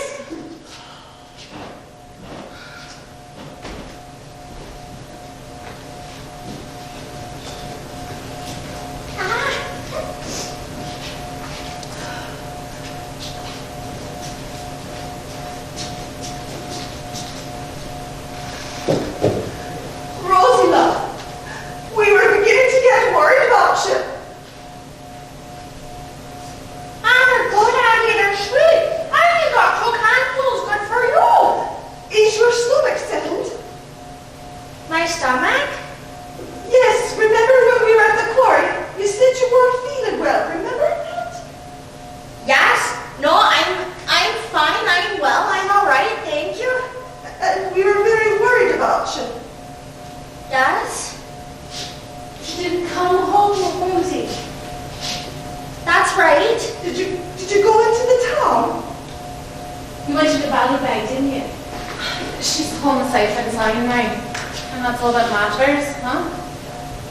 Now, I don't know about you girls, but this chicken is weak with hunger. Let me tell you what's on the menu this evening. Our beverage is the usual hot sweet tea. There is a choice between caraway seed bread and soda bread, both fresh from the chef's oven. And now we come to the difficulty. There are only 3 eggs between the 7 of us. I wish to God you'd persuade that white rooster of yours to lay eggs, Rosie. There are 8 of us, Maggie. How are there eggs? Oh, right. The soldier up the sycamore, huh? Right. Not a great larder, but a nice challenge for someone like myself. Right. My suggestion is eggs ballyback. In other words, scrambled and served on lightly toasted caraway seed bread. Followed, for those so inclined, by one magnificent wild woodbine. Everybody happy? Excellent, Margaret. Settled. We'll go and pick some more veal grains next Sunday, Rose. Yes, all right. Remember your cans? You had your own 2 cans. Remember? Yes. Oh, did you take them with you? Where to? Into the town, wherever you went. I had them behind a stone wall at the quarry. They're fine, they're safe. I'll go for them this evening. Has anyone seen my coverall? It's lying across your bed. And you need to bring some turf in, Rosie. I'll do it after I change. Be quick about it. How many pieces of toast do you want? All that low. And go easy on the butter. That's all we have. Now, parsley and just a whiff of basil. I don't want you to be too optimistic, girls, but you should know I'm feeling very creative this evening. I want to know where you've been, Rose. You've been gone for the entire afternoon. I want you to tell me where you've been. Later, kid. Where have you been for the past 3 hours? Lughnasa.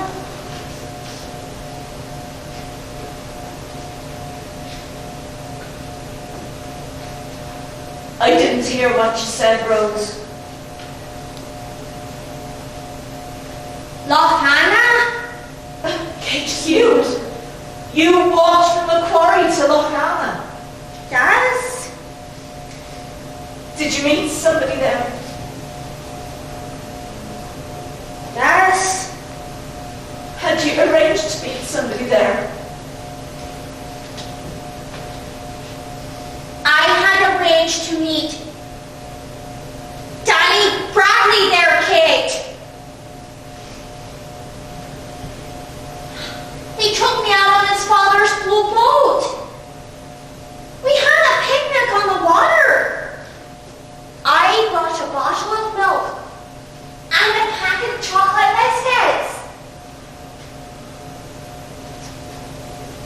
He calls me his Rosebud, Aggie. I told you that, didn't I?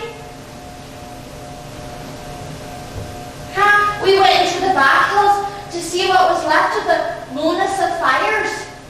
A few of them are still burning away up there.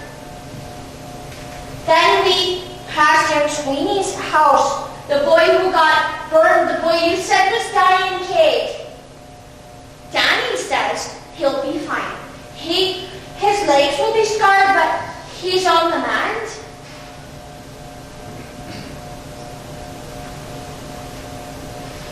It's very peaceful out there. There was only the two of us,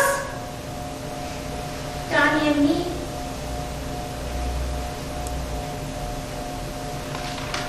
And then he walked me to the workhouse gate. And that's all I'm going to tell you. And that's all any of you are going to hear.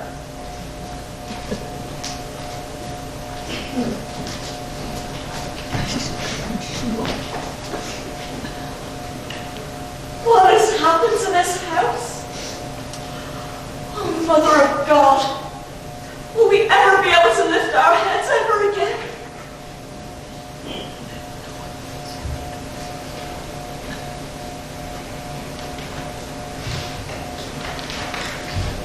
The following evening, Mira McLaughlin arrived and explained to Agnes and Rose why she couldn't buy their hand-knitted gloves anymore. Most of her home knitting has already started working in the factory. So he advised Agnes and Rose to buy immediately. The Industrial Revolution finally caught up with the value. They did buy, even though they had no other means of making a living, and they never discussed the situation with their sister. Perhaps Agnes made the decision for both, because she knew Rose had never gotten work there anyway. Or perhaps, as Aunt Kate believed, Agnes was just too notional to work in a factory. Or perhaps the two of them just wanted away. Anyway, the first day back at school for me, I'm coming to the kitchen for breakfast, and there was a note propped up against the milk shelf. We are gone for good. This is best for all. Do not try to find us. It was written in Agnes's resolute hand. Of course, they did try to find us. And so did the police, and so did our neighbors. What a huge network of relatives all over England and America. They vanished without trace. And when I finally caught up with them, 25 years later, in London, Agnes was dead, and Rose lay dying in a hospice for the destitute in the south. The small scraps of information that I could gather about their those missing years in their lives are just too sparse to be put here. They moved about a lot. And they worked as cleaning women in public toilets and factories in the underground. And then when Rose could no longer get work, Agnes tried to support them both, but couldn't. From that point on, I got they gave up. They took to drink. They slept in doorways of churches and Thames Embankment. And then Agnes died of exposure. And 2 days after I found Rose in that grim hospice, she didn't recognize me, of course. She died in her sleep.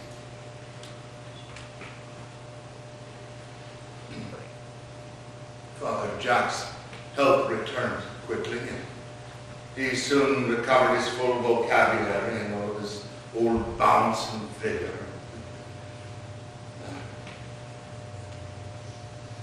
But he didn't say Mass that following Monday. As a matter of fact, he never said Mass again. The neighbors stopped inquiring about him, and there was never again an article. His name was never mentioned in the Donegal choir. Of course, there never was a civic reception with banners and flags and speeches and bands and such. But he never lost his determination to return to Uganda. He still talked passionately about his life there with his letters. And each new anecdote contained a new revelation, and each new revelation started shocked, stunned poor old Aunt Kate, until she finally hit on a phrase that appeased her, his own distinctive spiritual search. Leaping around the fire and offering a hand up to eat or cook or whoever is not my ideal religion as I was taught it, and indeed as I know it, she would say with a defiant toss of her head. But then Jack must make his own distinctive search. And when he died suddenly of a heart attack, less than a year after his homecoming, on the very eve of the following Lughnasa, my mother and my Aunt Maggie, they mourned for him sorely. But for months, Kate was inconsolable. My father sailed for Spain that following Saturday. Last I saw him, he was dancing down the lane in imitation of Fred Astaire swinging his walking stick, and Uncle Jack's celebratory tricorn with a jaunty angle over his left eye. And when he got to the end of the road, he stopped. He turned, and with both hands he blew a dozen theatrical kisses back to my mother. He was wounded in Barcelona. Fell off his motorbike. For the rest of his life, he walked with a limp. Now, the limp wasn't all that's to save him, but it did put an end to his dancing days, and that distressed him greatly. Even the role of maimed veteran, which he loved, would never compensate for that. He still visited us occasionally, perhaps once a year, and each time he was on the brink of a new career. Each time he proposed to my mother and he promised me a new bicycle. Then the war came along in 1939, and visits became more infrequent, and eventually he just stopped coming over again. Sometime in the mid-50s, I got a letter from a tiny town in the south of Wales. It was a curt note from a young man of my own age, and also a quote of my brother. He told me he found my name and my address amongst the belongings of his father, Jerry Evans. And he introduced himself to me as my half-brother. And he wanted me to know that Jerry Evans, the father that we share, had died peacefully at home the previous week, and throughout his final illness, he was nursed by his loving wife and his 3 grown children, all who lived and worked in the village. My mother never knew of that letter, so I decided to tell her, and I decided not to. Then I vacillated for years, as my father would have done. And then eventually, rightly, or wrongly, I kept the information for myself.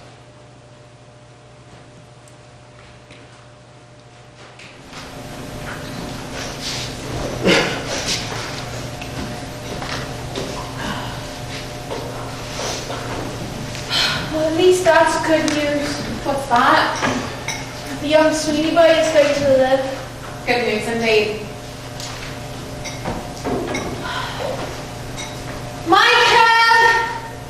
We need some tar frying! Are you still up there? Oh, don't stand there. I might fall on top of you. Do you even know what you're doing? Come on up here, Timmy. I'm sure I will. We never made love in a sycamore tree before. You thought like you're not going to be too good for you? Nobody vanishes quicker than that Michael fellow when you need him. I had a brilliant idea when I woke up this morning, Aggie. I thought to myself, what is it that Bollybog badly needs that Bollybog hasn't got? A riddle? Get up. A dressmaker. So why doesn't Agnes Monday, who has such clever hands, why doesn't she dress me? Clever hands. They'd come to her from poor and white. She'd make a fortune. Some fortune in Ballybeg. And not only would the work be interesting, but she wouldn't be ruining her eyes staring at the grey wall 8 hours a day. Have you noticed how Rosie squints at things now? It's the job for you, Aggie, I'm telling you. Oh my God, girls! Don't tell me I'm out of fads. How could that have happened?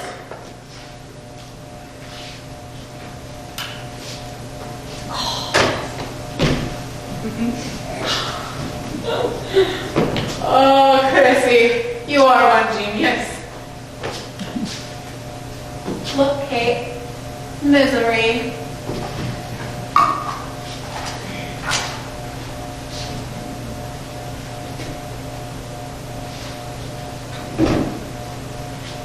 Happiness.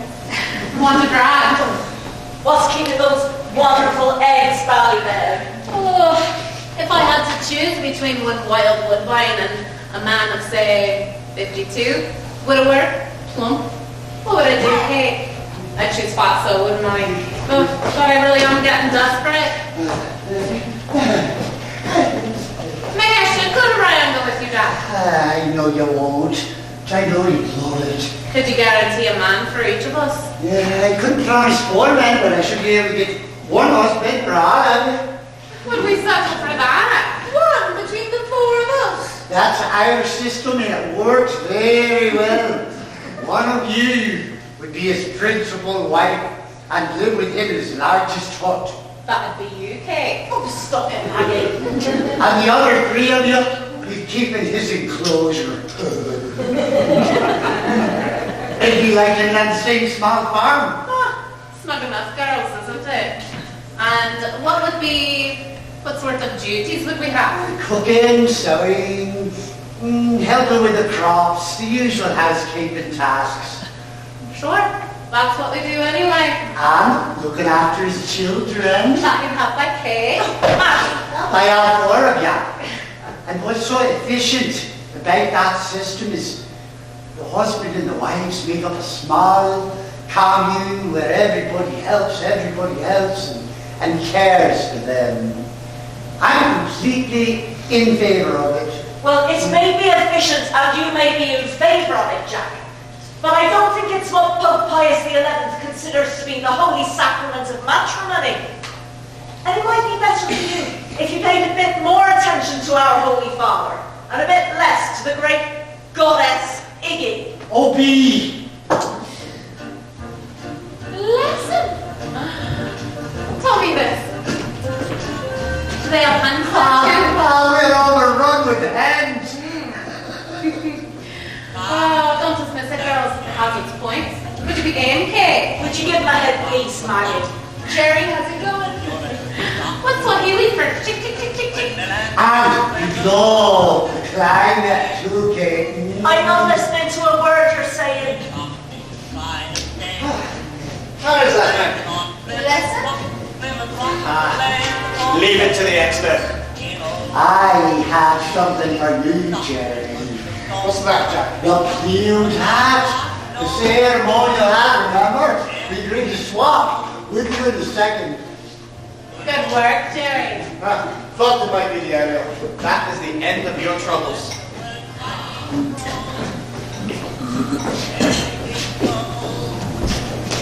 Dance with me, Agnes. Oh, look at the sense, Jerry Evans. Dance with him, Aggie. Come on, give me your hand. Go on, Aggie. Who wants to dance at the type? When every night the dance talk and music box in studio, anything from home. When the business McLean stops and gets right You are a wonderful dancer, Agnes. No, I'm not. You are a superb dancer. No, I'm not. You should be a professional dancer. Well, that's all they need. Well, maybe it is. There you are, safe and sound.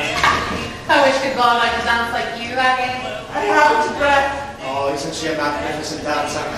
Always was our Aggie. Now you and I. You and I. I Oh, wonder where Michael's got to. Come on, just what's I around? stand on now, you thick. I'll dance with you, Jerry.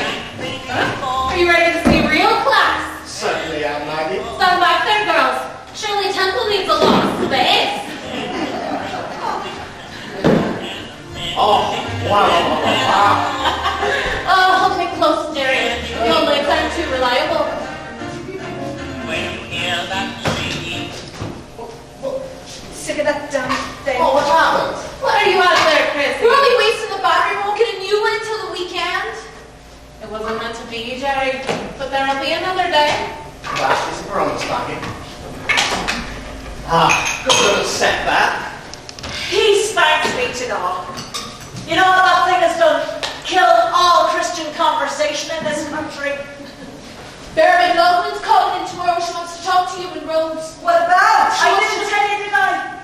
Her daughter got engaged. Which of them?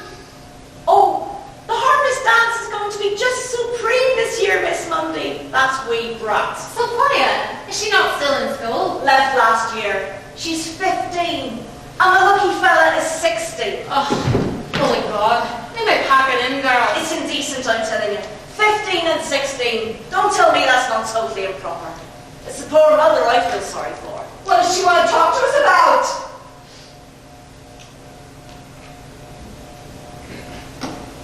Something about, well, didn't seem important. She probably won't call at all.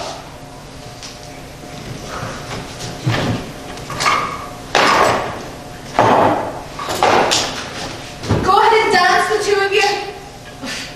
Artists like Margaret Monday cannot perform on demand, Chrissy. We need to be in touch with other forces first, don't we, Jerry? Absolutely.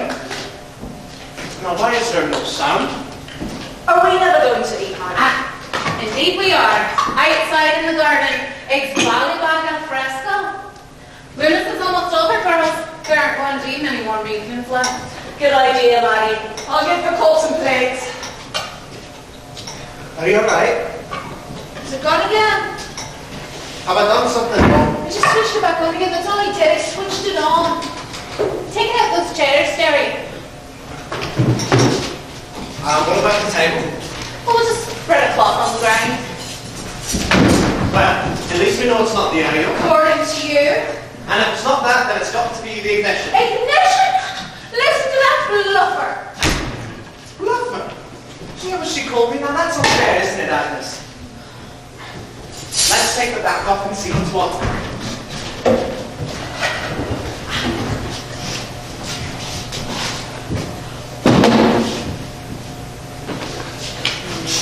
Rosie? What is it, Rosie? My rooster's dead. Oh, Rosie. Look at him, he's dead. Oh, what happened to him? The fox must have got him. Oh, poor Rosie. Maggie warned me the fox was about again. That's the end of my pet roosters. He's Fox must have... You were right, Maggie. Did they get out the hens? No, they're fine. Was the door left open? They're fine, they're safe. Thought itself. We'll get another white rooster for you, Rosie. It doesn't matter. And I'll put manners on them early on. I don't want another one. Poor Rosie. Ah. I can hardly expect him to late ours now, huh? I wonder what Michael's got to. Michael! He hears me rightly, you know, he's just dragging about out there somewhere watching us. Michael! All right, girls. What's missing? Knives, forks, plates. Oh, Jesus, Mary and Joseph. Jerry, my friend, where are you? Right here, Jack. Ah, there you are. I put on my ceremonial clothes for the formal exchange. Believe it or not, there was a time when it was... Never mind. Wonderful uniform, isn't it? Unbelievable. I could use that for Spain. It was my uniform when I was chaplain to the British Army during the Great War. We know only too well what it is, Jack. Splendid, isn't it? Well, it was splendid. Needs a bit of a clean up. Oko was always dressing up in it. I really must give it to him to keep. It's not at all suitable for this climate, Just Jack. the ceremony, Kate, then I'll change back. Now, if I were at home, what we do when we swap or barter is this. I place my possession on the ground. Go ahead, put it down. Just anywhere at your feet. Good. Now, take 3 steps away from it. Good. That's symbolic distancing of yourself from what you once possessed. Now, turn around once, like this. Yes? Good. And that's the formal rejection of what you once had. You no longer lay claim to it. Now, I cross over to where you stand, and you come over to the position I left, right? So, excellent. The exchange is now formally and irrevocably complete. That's my straw hat, and that is your tri-coloured hat. Plum.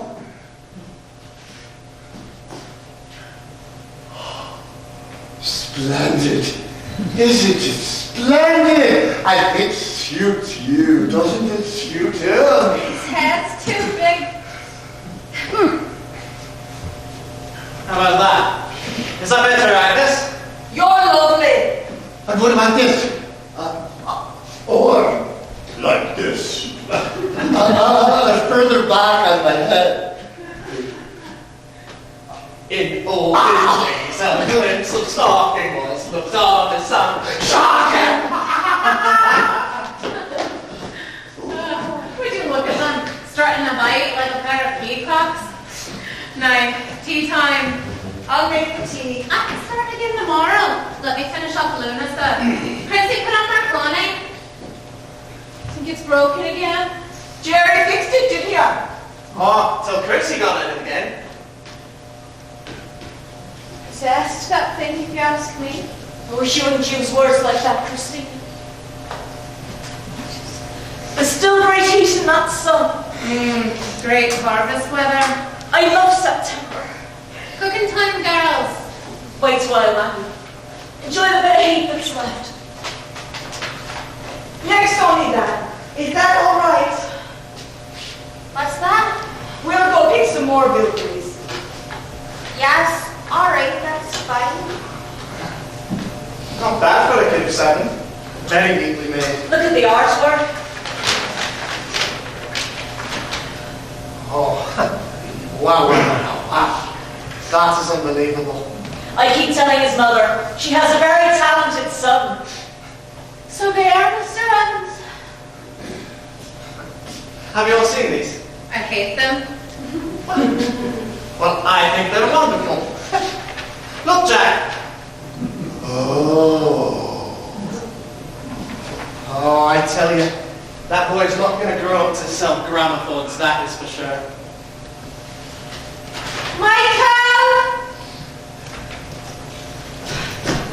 Leave matches quicker when there's work to be done. I have a riddle for you. Huh? Why is a gramophone like a parrot? Oh, Marnie. Because a parrot. They'll have forgotten.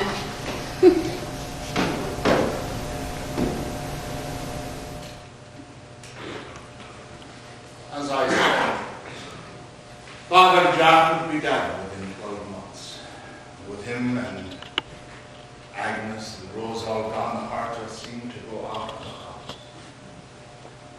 Aunt Maggie took on the task that Agnes and Rose had done and continued to pretend to believe that nothing had happened, nothing had changed. My mother spent the rest of her life working in that knitting factory and hated every day. And after a few years of doing nothing, Aunt Kate finally got the job of tutoring the young family of Austin Morgan at the arcade. But much of the spirit and joy had gone out of their lives. And when it came my time to go away in the selfish manner of young men, I was only happy to escape. So when I cast my mind back to that summer of 1936, different kinds of memories offer themselves. There is one memory from that Lughnasa time that visits me most often. And what fascinates me about that memory is that it owes nothing to fact. Because in that memory, the atmosphere is more real than instant. And everything is simultaneously actual and illusory. And in that memory, the air is nostalgic with the music of the 30s. It drifts in from somewhere far away, a mirage of sound, a dream music that is both heard and imagined, that seems to be both itself and its own echo. It sounds so alluring and mesmeric that the afternoon is bewitched, maybe haunted by it. What's so strange about that memory is that everyone seems to be floating on those sweet sounds, moving rhythmically, languorously, in complete isolation, responding more to the mood of the music than to its beat. And when I remember, I think of it as dancing. Dancing with eyes half closed, because to open would break the spell. Dancing as if language had surrendered itself to move. As if this ritual, this wordless ceremony was now the way to speak. To whisper sacred and private things. To be in touch with some otherness. Dancing as if the very heart of life and all of its hopes could be found in those assuaging notes and in those hushed rhythms and in those wordless, hypnotic movements. Dancing as if language no longer existed, because words were no longer